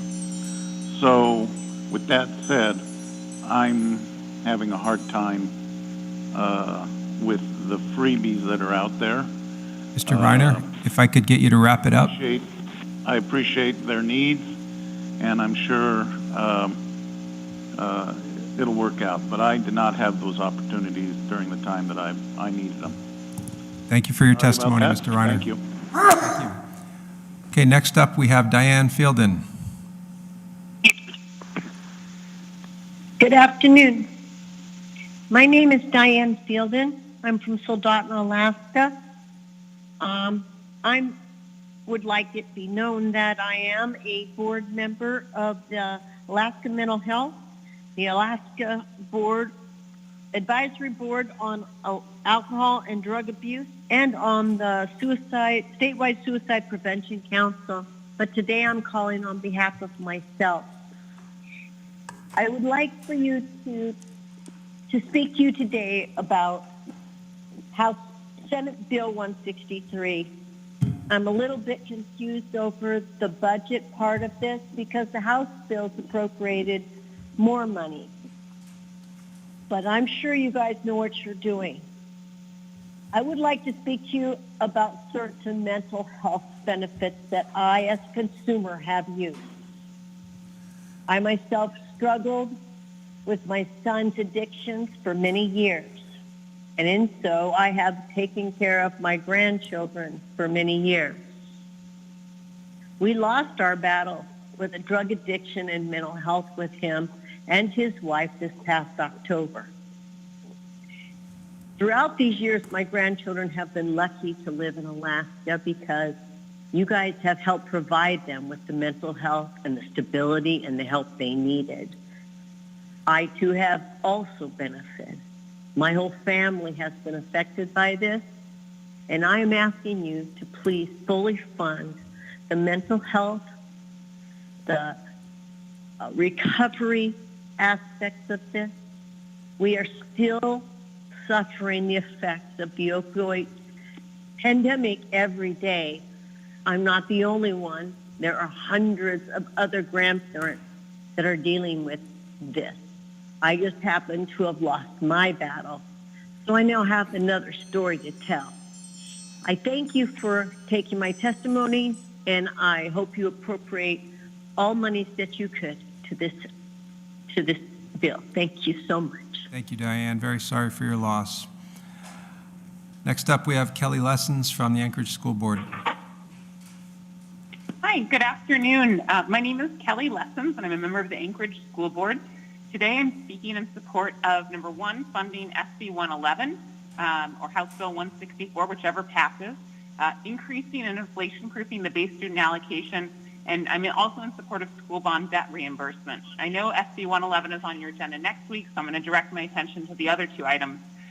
Since the BSA was last adjusted in the 2016-17 year, ASD has implemented efficiencies, including closing 2 schools, and has increased its revenue opportunities. But flat funding in the face of our inflationary drivers has meant that our children, your constituents' children, have done more with less.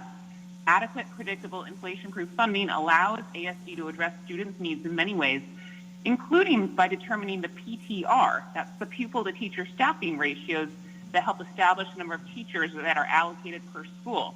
This current academic year, ASD has applied the second round of federal relief funds towards maintaining our PTRs.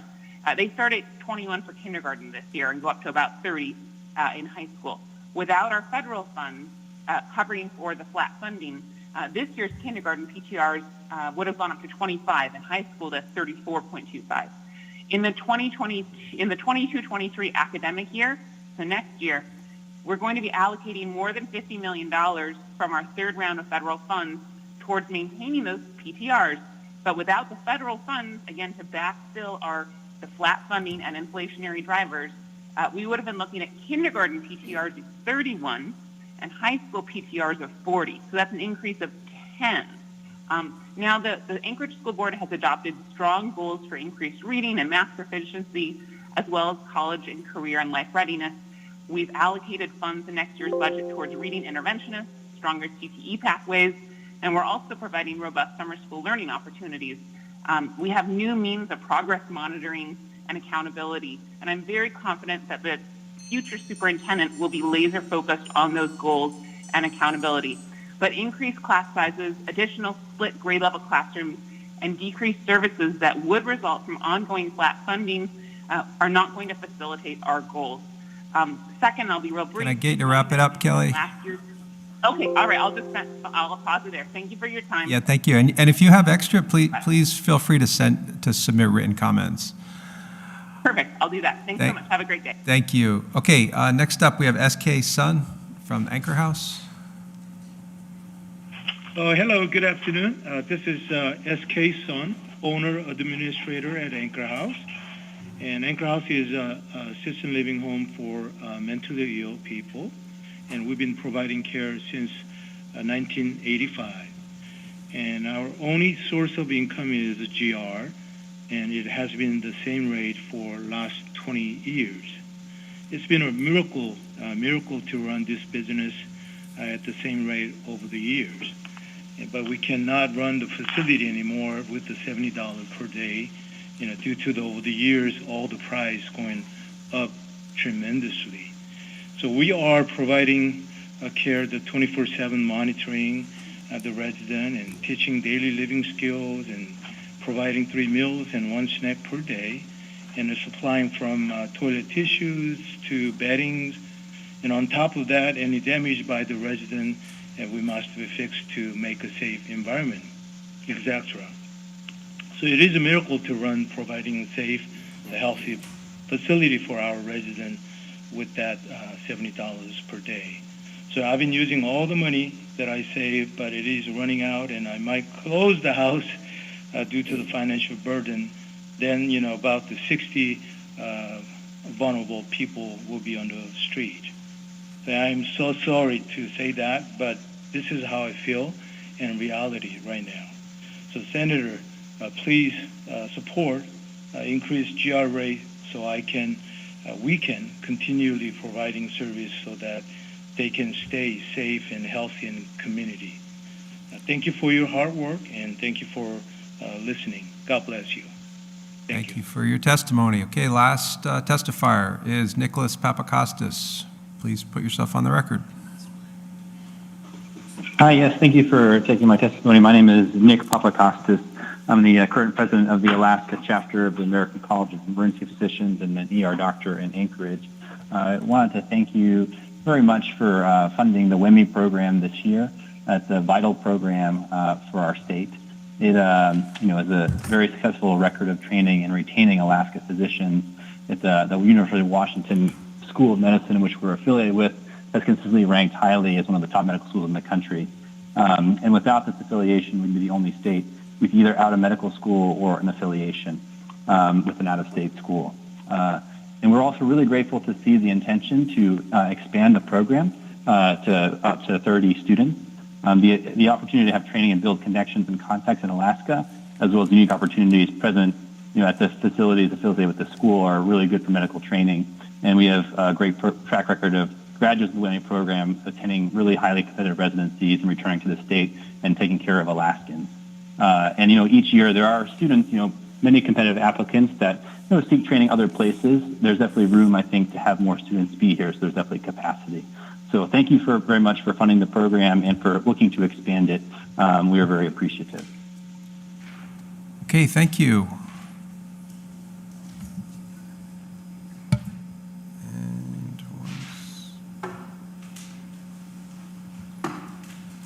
Okay, I do want to note for the record, Senator David Wilson has been on the line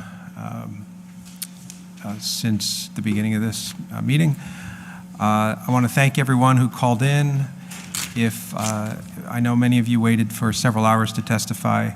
If people would like to submit written testimony, we would be happy to accept that.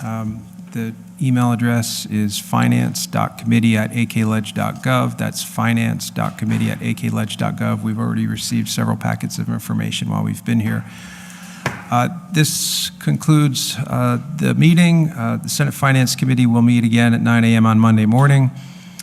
And with that, we are adjourned at 3:47.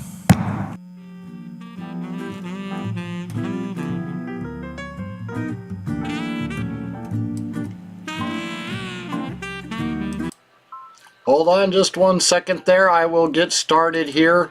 Let's mute out their music so that it's not in the background and you don't have to listen to what is going on there. Let me make sure I got everything up and running. Yep, there we go. All right, we got to listen to public testimony today for the Senate Finances State, Capital, and Mental Health budget. A good portion of the ones that had called in today were about the capital budget, which I have no complaints about because that in the end will ultimately help improve revenue coming into our state and make all of our lives better. You know, roads, harbors, you name it, those kind of things. Some of the projects that they want to have funded, though, I think the money needs to be coming from somewhere else. They need to be working on more of the main structural infrastructure that is going to make sure that Alaska prospers 100 years into the future, not projects that are going to benefit 300 people, and that's all that it's ever going to benefit. They really do need to make sure their priorities are where it needs to be with all of this infrastructure money that came in that they're spending in the capital projects. Really disappointing listening to all the people that did call in today. The special interests lined up by the droves, and they were the only ones calling in. I mean, I listened to just about every bit of the testimonies. I was a little late getting it started by about 20 minutes. I don't think I missed too much, though, for testimonies out there for getting this live feed started. And but I only heard 2 people out of the entire 2.5 hours that they were taking testimony here today that actually gave testimony telling them to cut the budget, get back to the original budget, stop over this overinflation that they're doing, and inflating budgets is what I mean by overinflation, and not caring about us everyday Alaskans who are suffering out there. I mean, they have a $3.5 billion surplus above and beyond the $4.8 billion budget that they were proposed to do this year, which was a $400 million increase over last year's budget.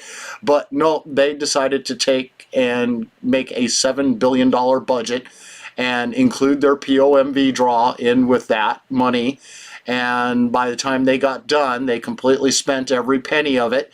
And then they said, oh, well, here, we almost spent every penny of it. And they said, oh, man, we got to come up with other ways to continue to keep spending more, raising all of these people's budgets, giving them bonuses, funding stuff we've never funded before. We'll just keep jacking that up. And, oh, why don't we just go ahead and forward fund education again to a tune of $1.2 billion. Oh, that took care of a big chunk right there. And, oh, wait a minute, we got to give bonuses to all the people that worked during the pandemic, everybody that's in the medical fields or hospital or firefighters, police force. We got to give them all bonuses because they worked. They didn't miss a single paycheck during this entire time, including the lawyers. I mean, the judicial system, you know, the branch that was completely shut down, the judicial system that couldn't even take court cases. It wasn't until into near the second year before they finally started doing virtual court cases, and that was very limited, and only just recently have been allowed this year towards the end of last year to actually be able to start taking in-person court cases. But they never missed a single paycheck. They still got their paychecks. Meanwhile, us average everyday Alaskans who own our own businesses or work for those businesses found ourselves without a job. Soon many of us found that we no longer had a business to go back to because they had gone bankrupt during that period of time because they didn't qualify for the pandemic money that was rolling into the state. A big chunk of all of that money that came rolling into the state, it went directly to those who were connected. If you weren't connected with somebody that could fast track the process for you and your end, you didn't get it. Just like our welfare system, it's been built to do nothing more than process people into the system and get them hooked on what they get. We were less than 1/3 of our population living on welfare before this, and now we're at nearly 40% of our population that is currently living in poverty, and there is no hope in sight that that's going to change. I'm hearing all these labor and commerce people or the people that work for the Port Authority and stuff like that all saying, well, it's nice and dandy that you're going to give us all this money, but be honest with you, we just don't have the labor force to be able to build all of these projects you want us to do because they don't exist here in Alaska anymore. Why not? Because all of our skilled labor moved to the lower 48 where they can actually earn an income and not have the state continuously destroying their lives. You see it in Alaska all the time. The regulations and the policies that they put into place are not meant to benefit the everyday Alaskan, the business owner. They are meant to profit the unions, the healthcare, the education system. That is where the bulk of all of our money is flooding into. It's not to the everyday average Alaskan. And that could be a big difference would be our permanent fund dividend. Then us Alaskans actually get to share in the mineral wealth that we gave up to become the 49th state of the United States of America. You know, that was supposed to be our share, our reward for doing such a good job, prospering and making our state successfully be able to build the pipeline and all that other stuff. And we're supposed to be utilizing our resources for our incomes here in the state, and on every level they continue to keep shutting us down. No different than the testimony that you heard going on here today. On all levels, they don't want to hear from people like me. They don't want to hear from people like that. I think the only other person that gave a testimony today against him was Mike Coons, and other than that, I don't think there was anybody else that called in. Even those that it's amazing. Those that follow me here on Politic or were watching the videos today. Where were your voices today? Where were your voices yesterday when these testimonies are going on? Why are you not calling in? And you wonder why these budgets are coming out the way they are, why the House is going to be passing a $7 billion budget tomorrow. Why are they going to be doing that? Because we are not calling in and telling them where to spend that money, telling them where to cut that money, the priorities that we want to see for Alaska. Any conservative out there wants to see a smaller government, a smaller footprint on their part, a smaller cost with the most efficiency of being able to help out the most Alaskans that it possibly can. That's what government is there for. They're not there to be nanny state, taking care of these rural villages that don't have no incomes, have no jobs, but here is all this money to come and take care of you. I think it was the Senate, oh no, it was the House Finance today that was doing an education discussion for what is getting spent in education. It was kind of like an update in all that other area, and watching the money that was being spent and being requested, and how they're saying, well, it's near $20,000 per student here in the state of Alaska, and they're going, oh no, our numbers are a lot less than that. It's only about this much. It's only about $12,000 per Alaskan. Going, well, now wait a minute, are you accounting for the local level spending that's on education, and are you accounting for the federal money that is coming in for education? I mean, you got places in the North Slope that, the villages out there, it even happens down in the South, that have 100% of all of their schools completely paid for by state and federal money, and not a one penny comes from local money. Yet you got places like Anchorage, the municipality of Anchorage, and you got the Matsu borough that have taxes that are coming out of our property that are paying extra money going to our school system. So when they say, oh, we're going to only spend $1.4 billion this year, compared to the $1.3 billion last year. Ignore that $60 million increase that we're giving them and the other small little tidbits of funding that we put into different departments. It doesn't quite fall underneath that number, but still going to the K through 12 school system.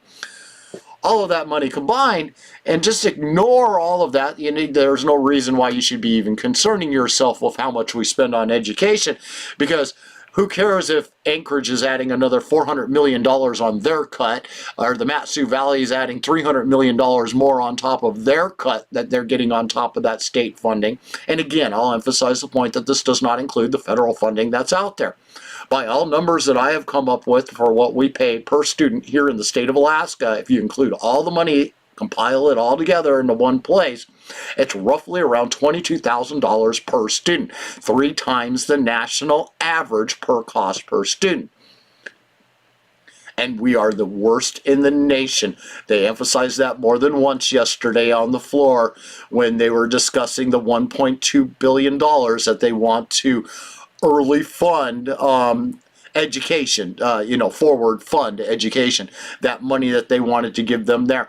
And it was really telling, if you go back and actually watch that amendment for the $1.2 billion being discussed yesterday, watching how quickly those Republicans that call them conservatives, they're sticklers for smaller government and getting quality for what you get for your money, vote to forward fund K through 12. It's an election year. Can you say it? Election year? These people are trying to do everything they can to buy your vote. Okay, now let's just take one step different here. We've got the Alaska House that was supposed to be meeting again for another floor session to continue the budget debates. Last night was supposed to be the finalization of it. That Stutz said it was going to be the finalization of it. And then they announced about 7 o'clock at night last night, and I was streaming it, they announced, we're going to postpone the finishing of this until tomorrow for amendments. We're going to table both of these until the next day, and they'll come back today. So I got on the phone this morning because I was seeing nothing on the calendar for the floor session that was supposed to be happening today. Stutz said it was supposed to happen today, and, well, I wasn't seeing it. And I had particularly finally stuck out for today to make sure I was going to be around to be able to do this, and told my customers that needed my help that they needed to come deliver their product to me so I could do the work here instead of heading out to them, which is kind of how I had this week planned out in the first place. So I've been on the phone, and I'm making my texts and phone calls trying to find out what's going on. I finally get somebody down there in Juneau who's willing to pick up their phone and text me back and was able to communicate with what had happened down there in Juneau. Well, the news is the reason why there is no House floor session today is the House minority.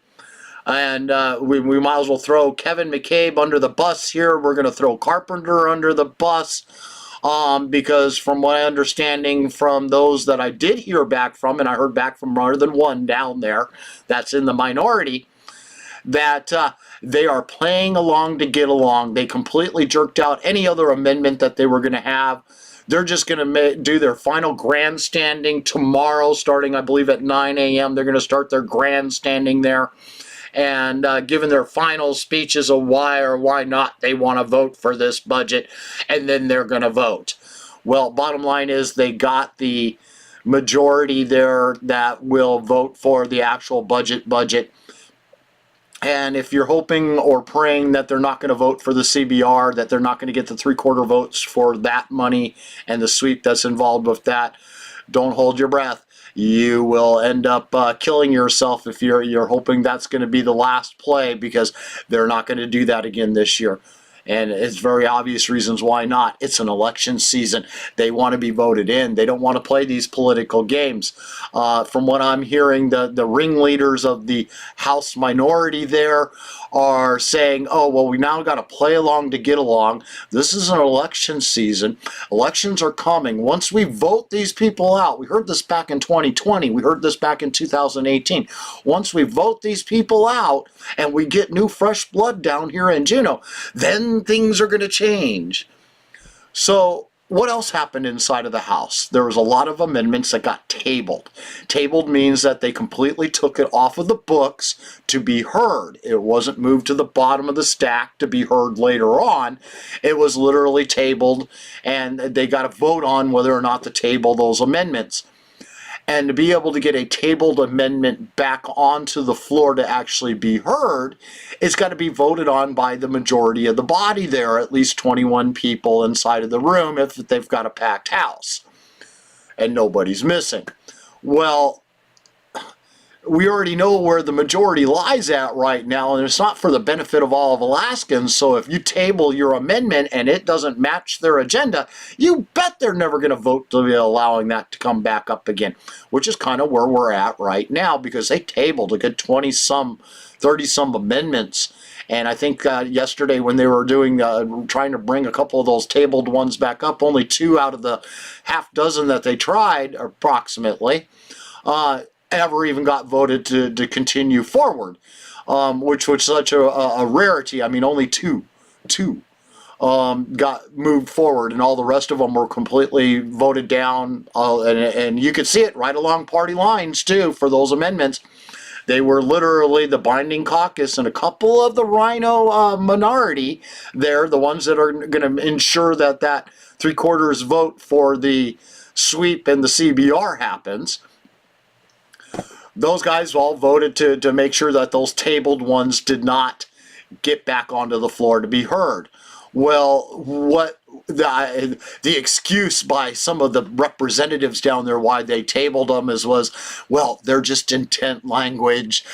It meant we would have been there for another week debating the budget, spending a day or so on almost every amendment that we had in there, just to try to put intent language that has no teeth, even if it does get passed. What's the point? Why even try? Well, when one of the amendments is to address CRT, critical race theory, being taught in our schools, whether it's going to pass or not, you'd think Alaskans who have a big concern about that happening within our school systems right now would love to see something like that being discussed on the floor, because the only time you could ever be allowed to do something like that is during the budget process. And intent language is extremely important. You can even go look up the definition of intent when you go to Alaska Ledge's website under their glossary, and it clearly shows that if you have an intent to do something, this is your last opportunity to bring language or address a concern that would never ever find the light of day anyplace else down there in Juneau. Think about that. And they tabled all of these amendments not to be heard. So none of these issues that we want to address were addressed. They are silent on the matter. Why? Because they're playing along to get along. They don't want to cause waves. This is an election year. They don't want to be losing their elections by standing up and doing their gosh dang job. I didn't elect my officials to go down there to Juneau to just roll over because they're not going to get the votes for it. I sent them down there to Juneau to be my voice because they won't listen to me. They're supposed to be our voice. The majority of Alaskans, the ones that they represent, that voted for them to be there, they're supposed to be voicing our concerns. And when they table amendments like that and silence our voices, what should that message is that sending to everyone out there? Now, why don't the Democrats ever have these problems going on? Because they're the ones that are making the agenda. They don't have to worry about what's going on within their own party. They are in lockstep with each other. You see that every single day. You saw that with the votes that were happening the last few days down there in Juneau in the houses on the floor. Their votes proved exactly where their loyalty stands. No different. All right, I'm going to wrap this up because I promised myself I was going to do one more video before my night is over with. I'm going to come back and it's just going to be me, you, a one-on-one, and I will bring up my live feed for being able to monitor questions that you may have. but I'm going to cover quite a few different subjects going along with what's been on the House floor, with all of the testimonies given here today in the Senate and the one-sidedness of all of that. And I would love to hope to hear some of your questions later on. Maybe I can address something that you don't know or want to know, and we can look forward to walking into an educated election year for 2022. Oh, one last thing. If you live in Palmer, there is a recall going on right now to recall the very corrupt council members there that were meeting in a private group, conspiring together, making policy with these people behind all the constituents' backs that live within Palmer to impose upon all of you, from mask mandates to replacing police chiefs, you name it. These guys were so corrupt, it was unbelievable. I know I live streamed every single event that went on down there, and but there is so much evidence of why those council members in Palmer need to be recalled. The recall is happening right now. You need to go and vote. You need to recall these people and get them out of office. They completely violated the Open Meetings Act. They conspired behind the scenes with a small group of people to pass ordinances that affected the entire population of the people they're supposed to represent, and they crafted all of these things behind closed doors and then brought them forward. And by the way, you know, the renaming of Colony, you can directly tie it right back to the exact same group and the people that are in it that caused the Colony name to be for them to try to rename it through the board, and why there was a couple of resignations that happened directly after that. There is a big correlation between all of that and the council members that are being recalled right now. Always keep that in mind. All right, like, share. Please go to my website, politidic.com, and click that support button. Everything goes right back into making sure these broadcasts keep coming out one after another. I know I've got more interviews that are going to be coming up here real soon. I'm even reaching out to the up-and-coming legislators, because if they end in 90 days, their election season begins. But I don't see that happening. I don't see, well, it could, but I see more around 120 days, somewhere in there. But as soon as that gets done down there in Juneau, they're going to want to be getting out there in front of you all, and so that they can get elected, because this is ranked choice voting year. There is supposedly only 48 out of the 51 that was announced that are actually filed and running for Congressman Don Young's seat, so that's going to be interesting to watch and see what happens there. And hopefully I'll be able to get a lot of few interviews coming from that direction.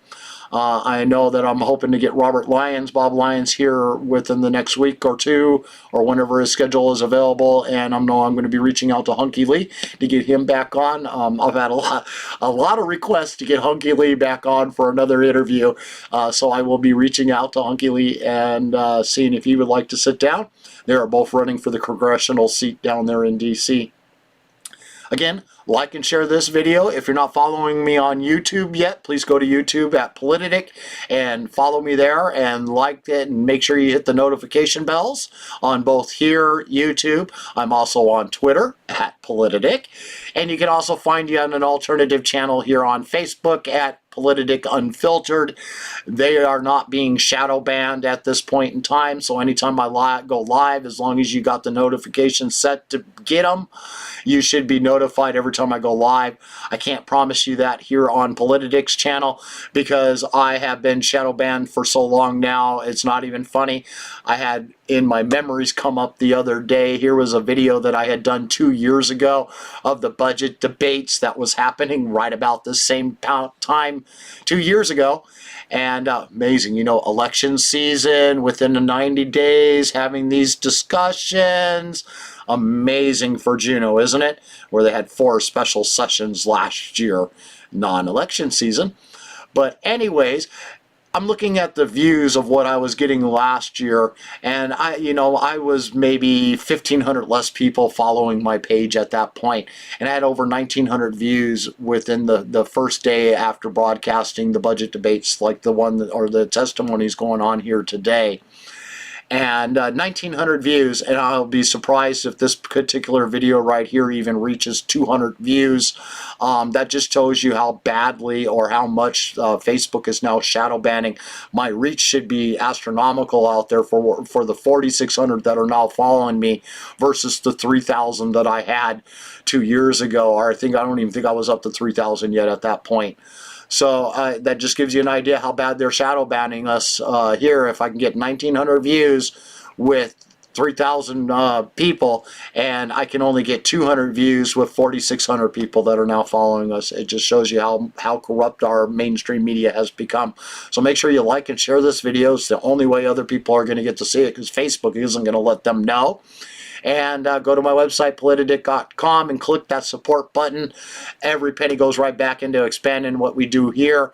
Here for real soon, hopefully I'll have the studio behind me completed, and that way when I do these interviews, you'll have a nice outlook of everybody that's sitting here in the room, and we'll be able to discuss the issues going on within our state. And let me see what else is going on. There is ranked choice voting discussion going on at the church tomorrow. Oh man, Real Life Church, Palmer La Silla Highway, and it is at 11 a.m. Robert Johnson, I probably got the wrong name there, is supposed to be discussing ranked choice voting, and that they are going to let you know how it's supposed to work. I would love to be there to live stream, but I have been banned from live streaming the event because the political left out there ganged up on the people that are presenting this and says you're not allowed to live stream our events anymore because one of your live streams of one of our events created threats out there against who the political left are in strong defense of defending. And it's just completely tragedy out there. See you guys all later.